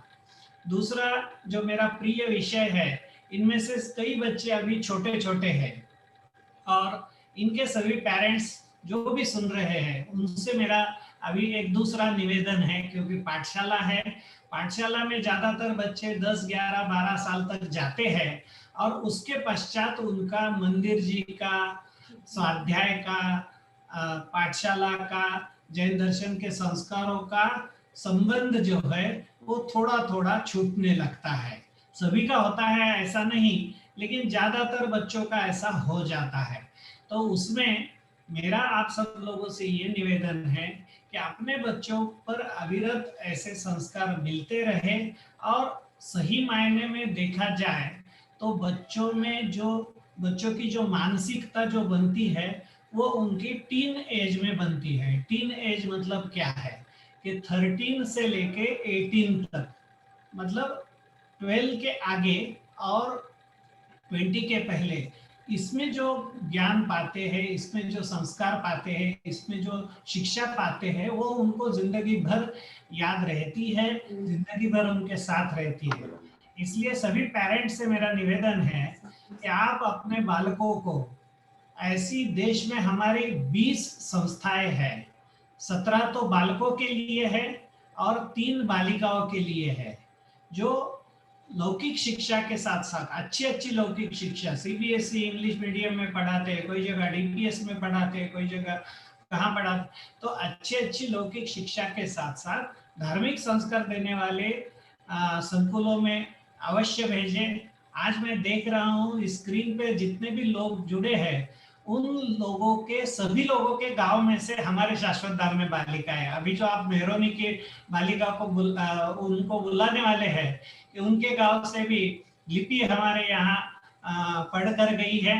और अभी अकोला में, इसके पहले आपने जो दादी जी को बुलाया था, तो वहां से भी, अकोला से भी एक बालिका हमारे यहाँ पढ़ती है। तो शाश्वत धाम की बात नहीं कह रहा हूँ, आप कहीं भी आपका बालक है तो मंगलायतन से लेके चैतन्य धाम, गुरुकुल, गजपंथा, कहीं भी भेजिए, लेकिन अच्छे संस्कारों के साथ उनको। और ये बात आप पेरेंट्स को मुझे खास करके कहनी है कि आप ये मत सोचना कि ऐसी संस्थाओं में भेजने से हमारे बालकों की लौकिक पढ़ाई में कुछ व्यवधान पड़ेगा या उनको वो पिछड़ जाएंगे लौकिक शिक्षा में। ऐसी बात बिल्कुल नहीं होती है। हमारे जो संकुलों से निकले हुए एक सितारे जो है वो अच्छे स्वाध्यायी तो बन गए हैं, उनके अच्छे जैनत्व के संस्कार तो बन गए हैं। कोई IRS बन गया है, कोई IPS बन गया है, कोई चार्टर्ड अकाउंटेंट, कोई इंजीनियर, कोई कंपनी सेक्रेटरी, कोई प्रोफेसर, कोई MPSC में, इस तरह से अलग अलग जगह पे, अच्छी जगह पे वो काम कर रहे हैं। तो मेरा सभी लोगों से हाथ जोड़कर निवेदन है, ये पाठशाला में आपने भेजा, आपने उनको अच्छे संस्कार दिए, लेकिन उसको विकसित करने का काम इन संस्थाओं द्वारा होता है। इसलिए अपने बच्चों को अभी से मानस बनाएं कि हम इनको ऐसी संस्था में पढ़ाएंगे जिनको फिर ये देह से भिन्न आत्मा की बात, अभी जो आप छोटे से स्वरूप में समझा रहे हैं, जीव अजीव के माध्यम से समझा रहे हैं, उसको वो अच्छे तरह से समझे, जैन दर्शन का सही ज्ञान पाए, अच्छे संस्कार पाए और एक सुशिक्षित नागरिक के साथ एक सुसंस्कृत नागरिक बनाने में इन संस्थाओं की मदद करे और अपने परिवार की भी हेल्प करे। यही मेरा आज आप सब लोगों से बात करनी है। बच्चों के लिए ये थोड़ा भारी हो गया मेरा कहना, लेकिन उनके पेरेंट्स जो भी सुन रहे हैं उनको मेरा ये बारंबार ऐसा ही निवेदन रहेगा। आज हमारे मित्र आदरणीय अजीत जी भाई साहब अलवर से जुड़े हैं, जो इस कार्यक्रम की अध्यक्षता कर रहे हैं। हमारे अभिन्न मित्र, अभिन्न अंग है, क्योंकि हम लोग कई बार साथ में मंच भी साझा कर चुके हैं, कई जगह पे हम साथ में काम भी करते हैं, शाश्वत धाम या अन्य गतिविधियों में भी वो हमारे साथ रहते हैं, समर्पण में सभी जगह हम साथ रहे हैं। अजीत जी भाई साहब आपको भी जय जिनेंद्र, प्रणाम। बहुत बहुत धन्यवाद भाई साहब को। श्रीमान अजीत जी जैन बड़ौदा, उन्होंने हम सबको मार्गदर्शन दिया और बच्चों को किस तरह धर्म से जोड़ना है, उसके क्या क्या माध्यम हो सकते हैं, इन सब के संबंध में भी बहुत सुंदर प्रेरणा दी। अब मैं भाभी जी से भी अनुरोध करूंगा कि वो भी 2 शब्द जरूर कहें और हम सब बच्चों को सबको प्रेरित करें। हाँ जी, श्रीमती अनीता जी जैन बड़ौदा। सभी बच्चों को, अशोक जी भाई साहब को, भाभी जी को, सभी को जय जिनेंद्र। सभी ने बहुत अच्छी प्रस्तुति दी, देखकर बहुत अच्छा लगा। ऐसी चलती रहे, यही शुभकामनाएं। जय जिनेंद्र। बहुत बहुत धन्यवाद। बहुत बहुत धन्यवाद भाभी जी को भी। ये शाश्वत धाम की हमारी जो बालिकाएं हैं वो तो सभी भाई साहब और भाभी जी को मामा जी और मामी जी के नाम से प्रसिद्ध हैं। तो हमारे यहाँ भी जब भी बात होती है भतीजी से तो मामा जी और मामी जी ही हमारे मुंह से भी यही निकलते हैं। तो आप तो ऐसे हो गए जैसे जगत मामा जी और जगत मामी जी। बहुत ही बढ़िया, बहुत ही प्रेरक हमारे लिए उद्बोधन दिया भाई साहब ने, भाभी जी ने, बहुत ही सुंदर। अब अगली प्रस्तुति के लिए मैं, हाँ जी, तैयार रहे मैत्री, नित्या और जान्या, और उसके बाद तैयार रहेंगे, उसके बाद तैयार रहेंगे जिज्ञासा और त्रिषा जैन इंदौर से तैयार रहेंगी। अभी मैं अनम्यूट कर रही हूँ, एक जोरदार तालियां बच्चों के द्वारा मैं बीच में जरूर बजवाना चाहूंगी। बच्चे सब अनम्यूट करें, जोरदार तालियां बजाएं। बहुत बढ़िया।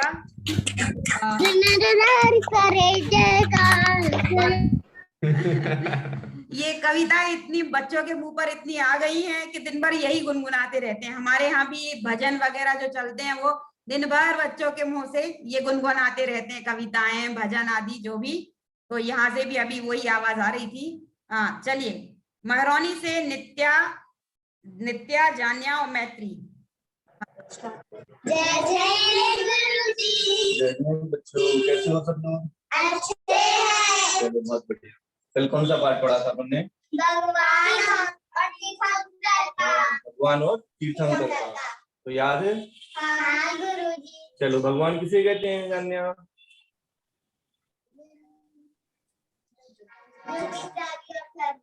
हाँ, जो वितरागी और सर्वज्ञ होते हैं वो सभी भगवान होते हैं। फिर तीर्थंकर किसे कहते हैं? जो धर्म की मुक्ति के मार्ग का उपदेश देते हैं, समोषण आदि से युक्त होते हैं और जिनको तीर्थंकर नाम कर्म नाम का महापुण्य का उदय होता है उन्हें तीर्थंकर कहते हैं। बहुत बढ़िया, बहुत बढ़िया।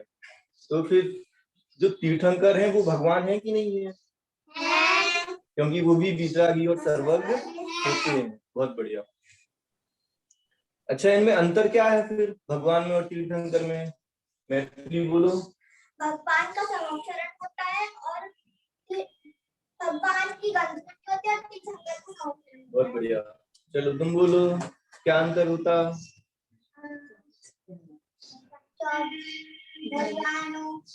भगवान 24 होते हैं और भगवान। बहुत बढ़िया। तीर्थंकर कितने होते हैं? 24। और भगवान कितने होते हैं? अनंत। चलो, नित्या तुम बोलो और क्या अंतर है? चिन्ह होता है भगवान का चिन्ह। बहुत बढ़िया। तीर्थंकर के चिन्ह होते हैं, सभी तीर्थंकर की पहचान उनके चिन्ह से होती है, लेकिन भगवान के कोई चिन्ह नहीं होते।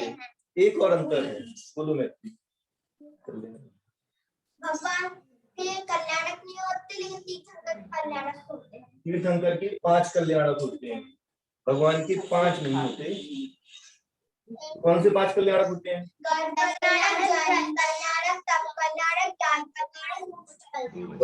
तीर्थंकर के कल्याणक होते हैं। अपन ने पंच कल्याणक देखे ना, तो उसमें वो कल्याणक हमें दिखाए जाते हैं सारे। तो ऐसे भगवान वीतरागी और सर्वज्ञ होते हैं। तीर्थंकर वीतरागी, सर्वज्ञ और हितोपदेशी होते हैं। भगवान अनंत होते हैं, तीर्थंकर 24 होते हैं। और भगवान तीर्थंकर के 5 कल्याणक होते हैं, तीर्थंकर के चिन्ह होते हैं, चिन्ह से हम उनकी पहचान करते हैं। अच्छा, तीर्थंकर में कुछ तीर्थंकर ऐसे हैं जिनके 1 से अधिक नाम हैं। कौन बताएगा? हाँ बोलो पहला। आदिनाथ भगवान का ऋषभदेव। बहुत बढ़िया। ऋषभदेव जो तीर्थंकर है पहले, उनको आदिनाथ भी कहते हैं। ठीक है। और कौन है ऐसे? पुष्पदंतनाथ। हाँ। उनका दूसरा नाम सुविधिनाथ। हाँ, पुष्पदंत तीर्थंकर का दूसरा नाम सुविधिनाथ है। और कौन है? तीसरे महावीर, वीर, अतिवीर, सन्मति, वर्धमान। हाँ, महावीर भगवान के तो 5 नाम है, वीर, अतिवीर, सन्मति, वर्धमान और महावीर। ठीक है। तो अब याद रहेगा भगवान और तीर्थंकर में क्या अंतर है, क्या समानताएं हैं, किसे भगवान कहते, किसे तीर्थंकर कहते।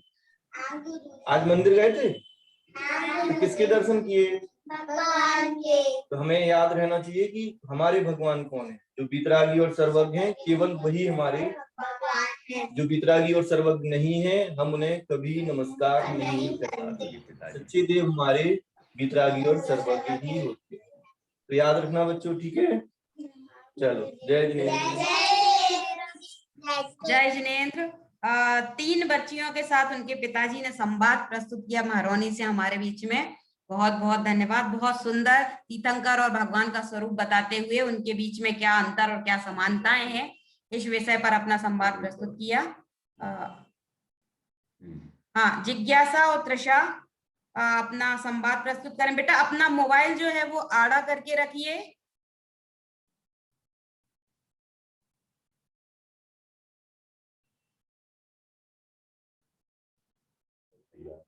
हाँ, स्क्रीन को भी हॉरिजॉन्टल कीजिए। आपकी स्क्रीन जो है वो खड़ी दिख रही है।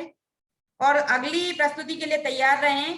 केवली और गाथा जैन बांसवाड़ा से अंतिम प्रस्तुति ये हमारी है आज की रहेगी। इसके बाद बस 2 ही। हाँ, इसके बाद हम अपने अध्यक्ष महोदय श्रीमान अजित जी शास्त्री जो अलवर से जुड़े हुए हैं, उनका वक्तव्य हम सुनेंगे। उनकी प्रेरणा भी सुनेंगे हम। ठीक है, जैसा आ रहा है खड़ा ही रख दीजिए, क्योंकि आपका स्क्रीन में आप खड़े देख दीजिए जैसा भी आ रहा है आपसे। ठीक है, कोई बात नहीं है, क्योंकि वो शायद हो नहीं पा रहा है। हाँ, अनम्यूट कर लीजिए। हाँ,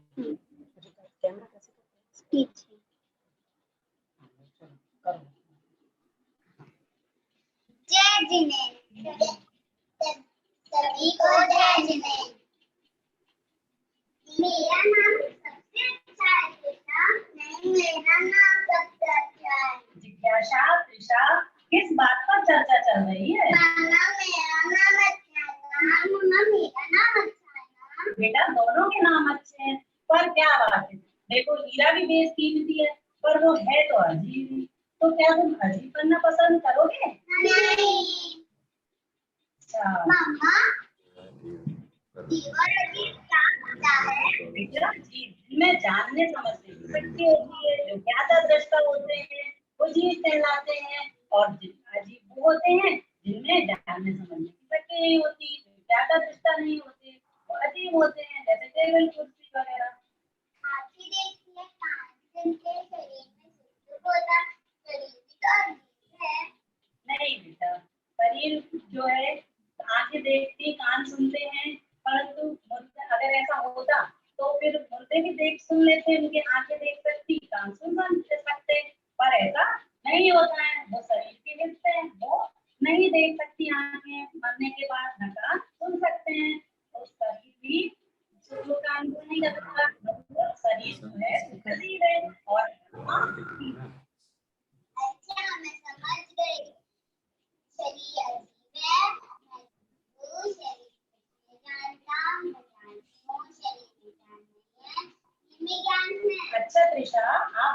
बताइए कि हाथी जीव है या अजीब?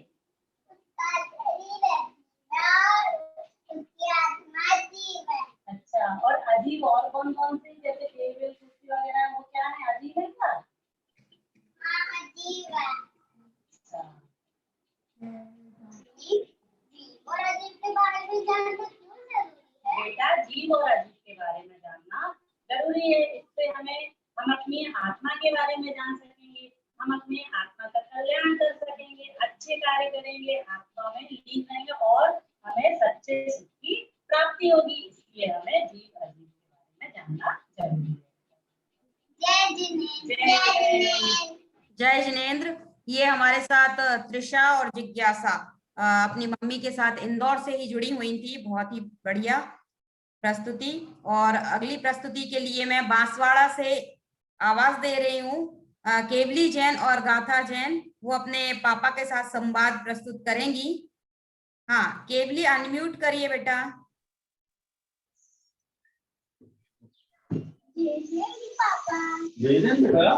क्या बाहुबली भगवान नहीं होते? क्यों नहीं बेटा, बाहुबली भगवान ही तो है। 24 तो तीर्थंकर होते हैं बेटा, और जो वितरागी और सर्वज्ञ हैं वे सभी भगवान ही तो हैं। अनंत परमेश्वरी और सिद्ध परमेश्वरी भगवान ही तो हैं।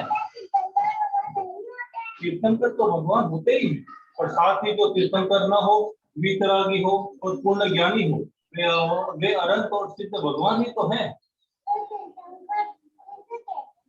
जो धर्म तीर्थ अर्थात मुक्ति के मार्ग का उपदेश देते हैं, समर शरण आदि विभूति से युक्त होते हैं, जिनको तीर्थंकर नाम कर्म का महापुण्य का उदय होता है, उन्हें तीर्थंकर कहते हैं।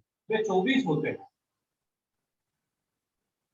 अपन इनको जो 24 तीर्थंकर हैं, उनको अपन एक लय में भी अपन इनको बोल सकते हैं, जैसे ऋषभ जित संभव अभिनंद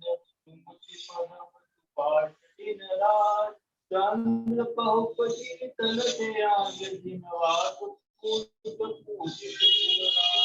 विमल अनंत धर्म जग उज्ज्वल शांति कुंवर मल्ली मनाय मुनि सूरत नविनी पाठ सब वर्तमान पद पुष्प चढ़ाए। और बेटा ऐसा है कि जैसे तीर्थंकर भगवान के 24 होते हैं और उनके चिन्ह होते हैं, और भगवान के चिन्ह नहीं होते। जैसे ऋषभनाथ भगवान का चिन्ह क्या होता है, आपको मालूम है? ऋषभनाथ भगवान का चिन्ह होता है बैल, अजितनाथ भगवान का होता है हाथी, संभवनाथ भगवान का होता है घोड़ा। और जो जैसे भगवान बाहुबली भगवान का चिन्ह कभी देखा है आपने? बाहुबली भगवान का चिन्ह नहीं होता। इसलिए उनको जो तीर्थंकर कर्म का जिनका गोत्र का जिनका बंध होता है, उनके चिन्ह होते हैं और भगवान के चिन्ह नहीं होते हैं। ये इन दोनों में इतना फर्क होता है। आपको ये तो बताने के लिए धन्यवाद। बेटा, बहुत ही सुंदर प्रस्तुति। एक बार बच्चे जोरदार तालियों से, जितने लोगों ने प्रस्तुतियां दी हैं सभी के लिए जोरदार तालियां बजाएंगे। अनम्यूट करिए सभी।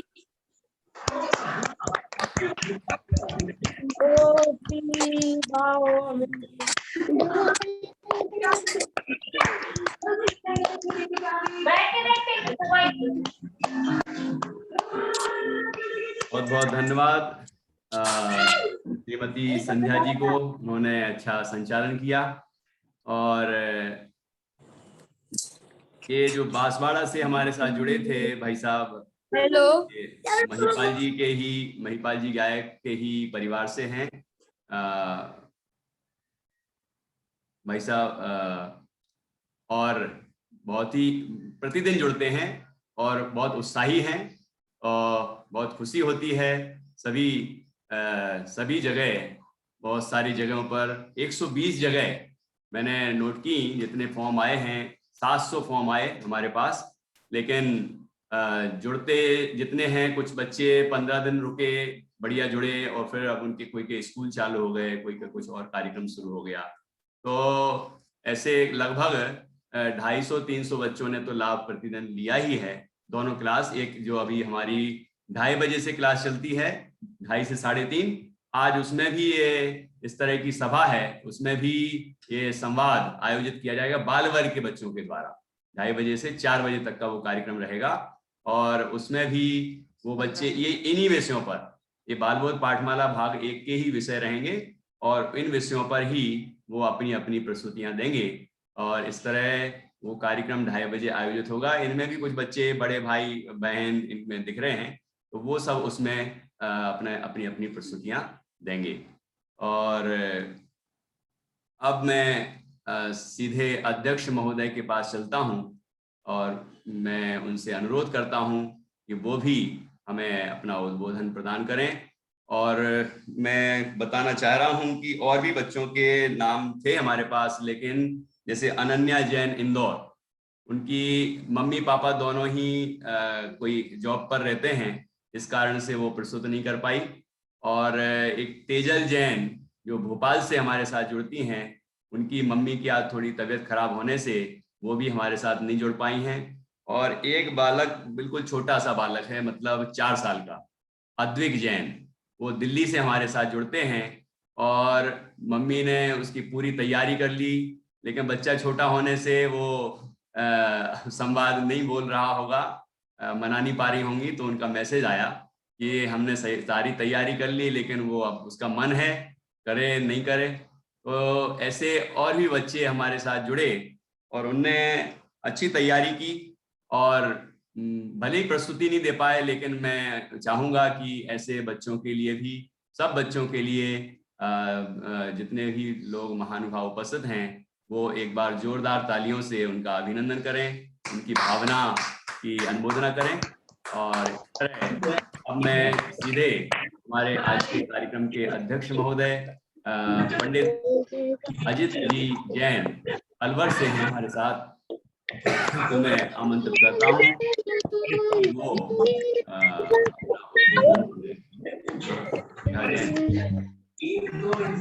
धन्यवाद। ये आप नेहा जी, एक मिनट भाई साहब, नेहा जी अपने बच्चे को दिखा दो जरा, 4 साल का बच्चा है। हाँ, ये बहुत ही अच्छी कविताएं इंग्लिश में, हिंदी में सब बोलता है, लेकिन आज पता नहीं उसका मूड नहीं बन रहा होगा, तो प्रश्न नहीं बन रहा है, नहीं तो उसका भी संवाद हमको सुनने को मिलता। चलिए, अच्छा, और ऐसे हमारे पेरेंट्स बहुत इंटरेस्ट लेते हैं और इसकी हमें बहुत खुशी है। अब मैं भाई साहब से अनुरोध करता हूँ, पंडित अजित जी जैन शास्त्री अलवर से, मैं उनसे अनुरोध करता हूँ कि वो हमें मार्गदर्शन दें। आपने पूरा कार्यक्रम देखा, शुरू 9 बजे से ही आप जुड़े थे और आपने पूरा कार्यक्रम देखा है और हमारी गतिविधियों से भी आप जुड़े रहते हैं, कहीं ना कहीं प्रेरणा, मार्गदर्शन देते रहते हैं हमें। बहुत जगह मैसेज के द्वारा और फोन के द्वारा मार्गदर्शन देते हैं। तो आज हमें बहुत बड़ा सौभाग्य है हमारा कि आप हमारे साथ इस कार्यक्रम में अध्यक्ष के रूप में जुड़े हैं। आपसे अनुरोध है। धन्यवाद भाई अशोक जी। मैं आज के इस कार्यक्रम के मुख्य अतिथि महोदय आदरणीय भाई साहब अजित जी, उनकी सहभागिनी भाभी जी अनीता जी, इस कार्यक्रम की संचालिका संध्या जी, इस कार्यक्रम के संयोजक भाई अशोक जी और इस कार्यक्रम में अपनी सहभागिता करने वाले जो बच्चों के पेरेंट्स हैं, वे समस्त पेरेंट्स और प्रिय बालक। मैं ये जो अपनी बात कहना चाहता हूँ, ये बच्चों से ज़्यादा मैं उनके पेरेंट्स से इस अवसर पर जुड़ना चाहता हूँ। बच्चों को तो प्रेरणा हम सब दे ही रहे हैं और मिल ही रही हैं। जो अकलंक निकलंक पाठशाला भाई अशोक जी के द्वारा ऑनलाइन चालू की गई है, अपने आप में बहुत सफल पाठशाला है, जिसकी प्रतिक्रियाएं इस कार्यक्रम के माध्यम से देखने को मिल रही हैं। भाई अशोक जी ने इस पाठशाला की भूमिका बनाने के लिए एक गीत कुसुम नाम से एक बहुत अच्छी किताब लिखी है, जिन समस्त जो पाठ भाग हैं उनके पाठों को पद्यबद्ध करने का बहुत सुंदर कार्य भाई अशोक ने किया। मैंने स्वयं वो किताब पढ़ी है। मुझे कई बार ऐसा लगता है कि यार ये लोग किताब पाठों को पद्य में लिख रहे हैं, कहीं वहाँ अशुद्धियां आ जाएं या काव्य से संबंधित कोई कमजोरी आ जाए। तो मैंने जब उसको पढ़ा देखा तो मुझे बहुत अच्छा लगा और मुझे कहीं इस प्रकार की कमजोरी नजर नहीं आई कि काव्य से संबंधित कमजोरी हो जिसको बच्चे लयबद्धता के साथ न पढ़ सकते हों। उसका प्रतिफल ये है कि बच्चे अभी भी इस पाठशाला के अंदर भी उन पाठों के पद्य रचनाओं को दोहरा रहे हैं। तीसरी बात ये कहना चाहता हूँ कि इस कार्यक्रम के अंदर बच्चों के साथ उनके माँ बाप जुड़े हुए हैं। अजीत जी भाई साहब, जब बच्चे तो जुड़ते ही हैं, अगर आप कुछ उपक्रम करते हैं, अगर माँ बाप स्वयं अभिनय करने के लिए बच्चे के साथ तैयार हो रहे हैं तो अपने को ये अनुमान लगाना चाहिए उनके परिवार के ऊपर इन विद्वानों का या इनके प्रयासों का कितना प्रभाव पड़ रहा है। जब हम बहुत मेहनत महीने 6 महीने मेहनत करते हैं और माँ बाप को कहते हैं कि आप 2 शब्द बोलिए तो कोई बोलने के लिए तैयार नहीं होता है या अभिनय करने को तैयार है। इससे ये सिद्ध होता है कि इनका अपना प्रभाव न केवल बच्चों के ऊपर अपितु उनके परिवार के सदस्यों के ऊपर, उनके पेरेंट्स के ऊपर भी पड़ा है। इसके लिए भी भाई अशोक जी और संध्या जी बधाई की पात्र हैं। एक बात मैं इसमें कहना चाहता हूँ कि जो बाल बोध पाठमाला भाग 1 के विषय में आज का ये कार्यक्रम था, ये जो भाग है वो आदरणीय बड़े दादा के द्वारा, रतनचंद जी भारल्य के द्वारा लिखा हुआ है। और आप इसमें देखेंगे कि 8 जो पाठ हैं कितने मनोवैज्ञानिक तरीके से और बाल मनोविज्ञान को आधार रख करके, सिद्धांतों को आधार रख करके, चारों अनुयोगों को आधार रख करके एक क्रमिक विषय वस्तु को प्रस्तुत आदरणीय बड़े दादा ने किया हुआ है। इस भाग का जो अंत है वो मेरा धाम से किया हुआ है।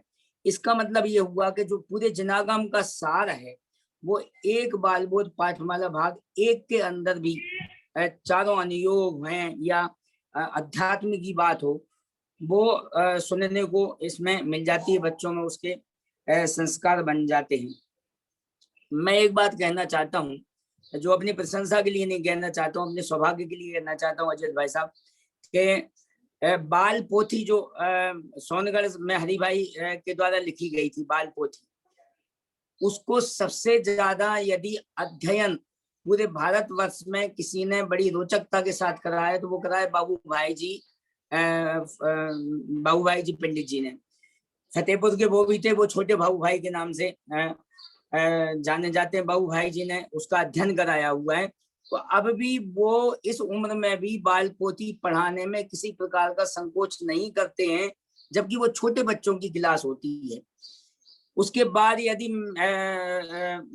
किसी को सौभाग्य है तो मुझे एक सौभाग्य है अजित कुमार शास्त्री को कि मैंने 1983 से वो लगभग 2003, 4, 5 तक अकेला बाल बोध पाठमाला, भाई साहब अकेला बाल बोध पाठमाला भाग 1 लगभग पूरे हिंदुस्तान के अंदर 100 गांवों में बच्चों को पढ़ाया, वो शिविर के रूप में हो, वो चाहे किसी भी तरीके से हो। मैं ये शैली अपनाता था कि बच्चों को पूरा कंठस्थ याद कराता था। भाई अशोक जी कलकत्ता से परिचित हैं, आप भी कलकत्ता से परिचित हैं। मैंने 18 दिन का अकेला केवल एकमात्र व्यक्ति था, 18 दिन का वहाँ शिविर लगाया था। और उस शिविर में छोटे बच्चे 5 साल से बच्चे से लेकर के 80 साल तक, मोहनलाल जी पाटनी के परिवार, राजमल जी पाटनी जी का परिवार, उनका परिवार के सदस्य भी जो मुक्ष्म मंडल के श्रोता हैं वो भी बाल बोध पाठमाला भाग 1 में बैठते थे। मैं ये कहना चाहता हूँ कि अगर उसमें से विषय वस्तु निकाली जाए तो निश्चित रूप से हर उम्र के व्यक्ति के लिए वो चीज समझने लायक है। इतनी रोचकता इस पाठ के अंदर है। मुझे वो पाठ पूरे कंठस्थ थे। बंबई जैसे शहर में 20-20 दिन 1-1, 1.5 घंटे की क्लास प्रशिक्षण शिविर के अंदर मैं शाम के टाइम लिया करता था बच्चों की क्लास। 100 150 बच्चे हमारे पास केवल बाल बोध पाठमाला भाग 1 पढ़ते थे।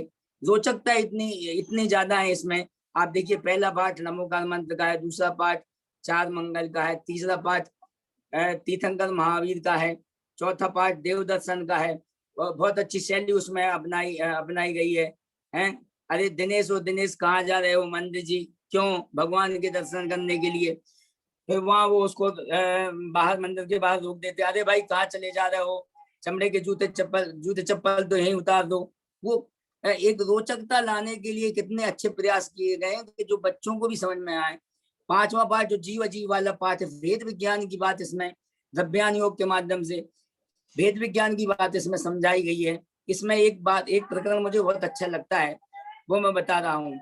आंखें देखती हैं, कान सुनते हैं, शरीर में सुख दुख का अनुभव होता है, तो ये आंखें तो जीव है ना, तो वो बात में बताता है नहीं भाई, ये आंखें देखती हैं, कान सुनते हैं, शरीर में सुख दुख का अनुभव होता है, परंतु ये जीव नहीं है। देखने सुनने वाला तो एक अलग आत्मा है। कितना सुंदर तरीके से उसको समझाया गया है। उसके बाद 6ठे पाठ के अंदर दिनचर्या बताई गई है। हम तुम्हारी दिनचर्या बना देते, अगर तुम इस प्रकार से चलोगे तो निश्चय। सबसे बड़ी बात ये है भाई अशोक, आप तो पढ़ाते ही हैं, हर पाठ के अंत में सम्यक दर्शन का उद्देश्य दादा नहीं भूले हैं। देवसा सुखदू की समझ का अजित भाई साहब सम्यक दर्शन का उद्देश्य नहीं भूले हैं, आत्मा की बात को नहीं भूले हैं, हमारा जो उद्देश्य रत्नात्रय का उसको नहीं भूले। ये पहले बाल बोध के बच्चों को हृदय ग्राह्य करा देना, ये हमारी शैली, अपनी शैली का कमाल है, और इसी से हमारी जीत इन संस्कारों को देने में हुआ करती है। दिनचर्या वाले पाठ के बाद भगवान आदिनाथ का पाठ आया हुआ है। भगवान आदिनाथ के पाठ के बाद शुद्धता में मेरा नाम आया हुआ है। तो ऐसा क्रमिक जो शैली है, इसकी मनोवैज्ञानिक शैली, मैं बहुत इससे प्रभावित रहता था, और मुझे बच्चों से जुड़े रहने में बहुत आनंद आता था। आज भी मेरे पढ़ाए हुए छोटे जो बच्चे उस समय बहुत छोटे थे अजित भाई साहब, आज भी वे मुझे केवल बालबोध पाठमाला भाग मैंने पढ़ाया हुआ है उस रूप से जानते। रीना मैंने बताया था, अहमदाबाद से रीना जुड़ी हुई है, इनका परिवार मेरे से लगभग 20-22 साल पहले देवली में पढ़ा हुआ, अभी अहमदाबाद रहते हैं। इतना खुशी मुझे होती थी। आज मुझे अध्यक्ष के रूप में भाई अशोक ने जोड़ा। कल यद्यपि मैं बहुत ही कम जुड़ता हूँ इन कार्यक्रमों में, मगर अध्यक्ष के रूप में मुझे जोड़ा। मुझे इसलिए मैं जुड़ने में रुचि रखी क्योंकि इन्होंने बताया कि बच्चों का कार्यक्रम है, बच्चों के माँ बाप इसमें जुड़े थे। मुझे कार्यक्रम में इतनी रुचि नहीं है जितनी रुचि इन बच्चों के साथ जुड़ने में है। आदरणीय अजित भाई साहब से भी अभी 1 घंटा बैठना हो गया हमारा इनके साथ में, और बातचीत होती रहती है इनसे। इनका सत्संग हमें मिलता रहता है। मैंने आज का जो आधा घंटे का प्रवचन इस कार्यक्रम के लिए छोड़ा है, मैं उसके लिए क्षमा चाहता हूँ। मैं अष्टपहर के प्रवचन में जुड़ता हूँ। बहुत बहुत धन्यवाद। समस्त बच्चों को बहुत बहुत आशीर्वाद, और उनके माँ बाप के लिए मुख्य रूप से बहुत बहुत शुभकामनाएं दे रहा हूँ कि आप इस पाठशाला से जुड़ रहे हैं। ऐसी पाठशालाएं जहाँ चलती हैं उन पाठशालाओं से जुड़े रहें। आजकल तो इन पाठशालाओं के बहुत अच्छे नाम अशोक जी दे दिए हैं, अरहम पाठशाला, सिद्धम पाठशाला, ज्ञानम पाठशाला। भाई सब नाम मैं अंत में मैं सब में संस्कृत जोड़ दी गई है, तो वो सब वो मैं की महिमा आ जाए और मैं अर्थात अहंकार का अभाव हो जाए, हम ऐसे भावना पाते हैं। बहुत बहुत बधाई, बहुत बहुत धन्यवाद भाई अशोक को, भाई प्रिय श्रद्धा को। जय जिनेंद्र।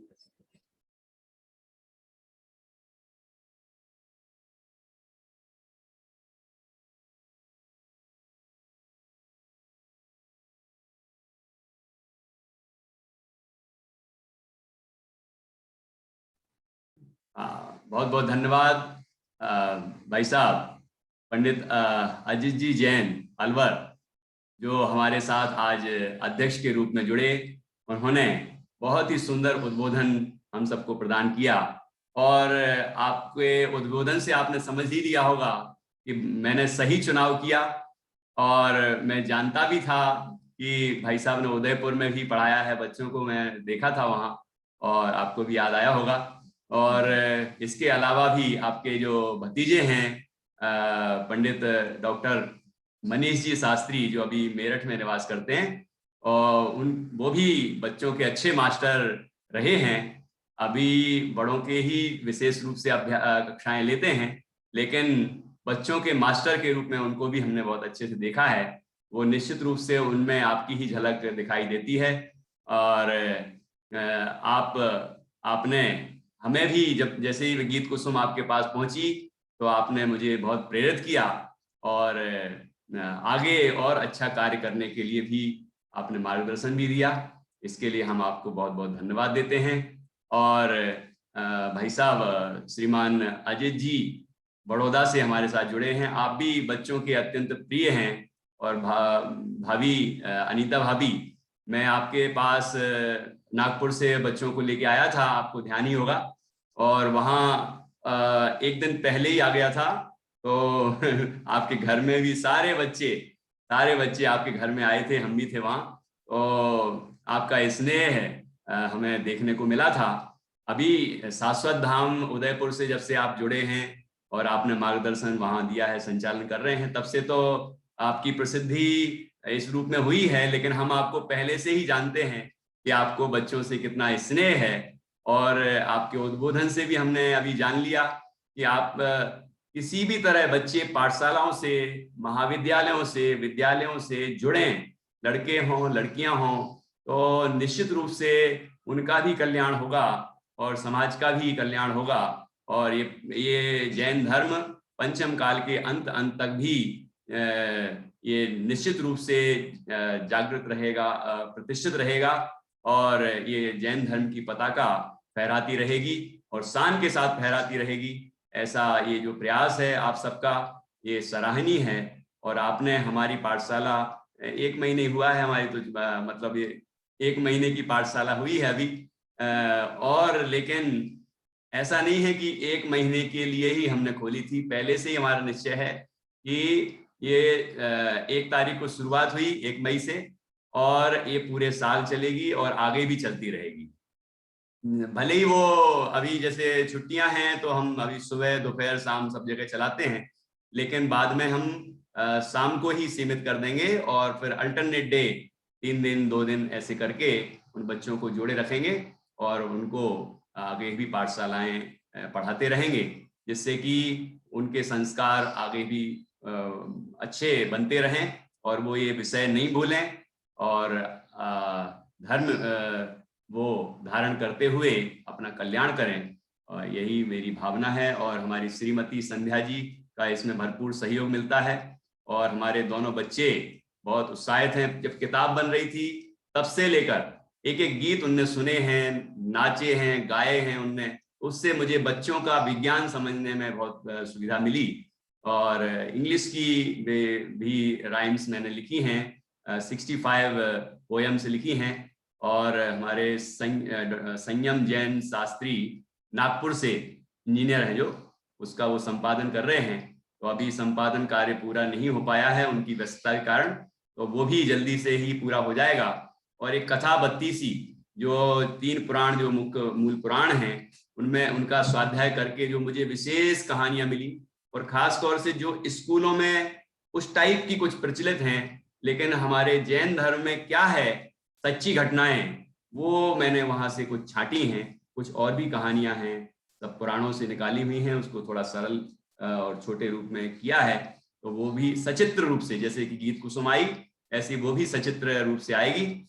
और आपके विद्यालय से जुड़ी हुई जो आशिका जैन शास्त्री जबलपुर, वो उसने गीत कुसुम में ही 20 से 25 चित्र बनाए हैं। और कथा 32 में तो और भी कमाल कर दिया, क्योंकि उसने स्पेशल इसके लिए कोचिंग भी की।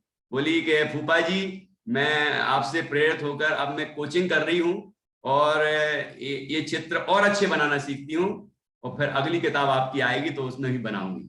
तो उसने गीत जो कथा 32 आ रही है उसके लिए भी बहुत ही सुंदर करीब 20 से 25 चित्र उसने ही बनाए हैं। और अच्छा शास्त्री है तो विषय की पकड़ तो है ही, उसको चित्रांकित करने का जो कार्य किया है उसने बहुत अच्छा किया है। इसके अलावा भी बहुत सारे बच्चे देश भर के और विदेश के भी इसमें जुड़े हैं, मतलब जो देश के ही हैं लेकिन विदेश में रहने लगे, तो वो बच्चे भी, उनने भी गीत कुसुम में कुछ चित्र बनाए हैं। तो ऐसे और जिनका नाम अभी लिया था ना, राजमल जी पाटनी, उनके ट्रस्ट ने इसका प्रकाशन का कार्य किया है। और ये बगल में हमारे लिखा रहता है, ये गीत कुसुम का जो बैकग्राउंड है इस तरफ, उसमें कल्याणमल राजमल पाटनी सिद्ध चेतना ट्रस्ट कोलकाता, तो उन्होंने ये गीत कुसुम प्रकाशित की। कथा 32 प्रकाशित करने वाले हैं, आगे की भी योजना है। तो इस तरह सबका सहयोग हमें प्राप्त होता रहता है। आप सभी हमारे साथ जुड़े और आपने इतना समय दिया। समय तो कुछ ज्यादा हो गया आज, हालांकि कार्यक्रम अपना थोड़ा हो गया था, लेकिन मैं भी नहीं रोक पाया अपने आप को, मैंने भी कुछ बोल लिया ज्यादा। तो समय की मर्यादा अब हो रही है पूर्ण। अभी यदि कुछ महानुभावों को कुछ कहना हो तो जरूर कहें।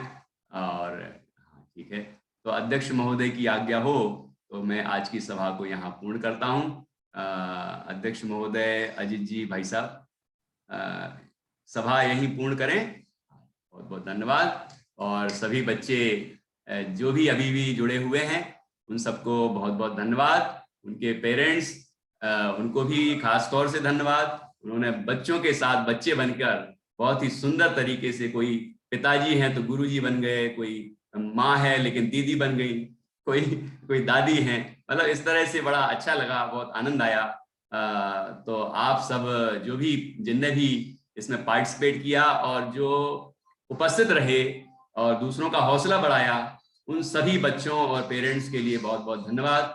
और मैं सबका आभार मानते हुए अब यहाँ पर अपनी सभा को पूर्ण करता हूँ। दोपहर में 2:30 बजे जो भी उपस्थित हो सकें उसमें अवश्य पधारें। डॉक्टर प्रवीण जैन शास्त्री बांसवाड़ा से उसकी अध्यक्षता करेंगे और श्रीमान पदम जी पहाड़िया इंदौर से हैं, वो उसके मुख्य अतिथि के रूप में हमारे साथ जुड़ेंगे और बच्चे और पेरेंट्स भी जुड़ेंगे। आप सभी पधारें। आप जय जय हिंद।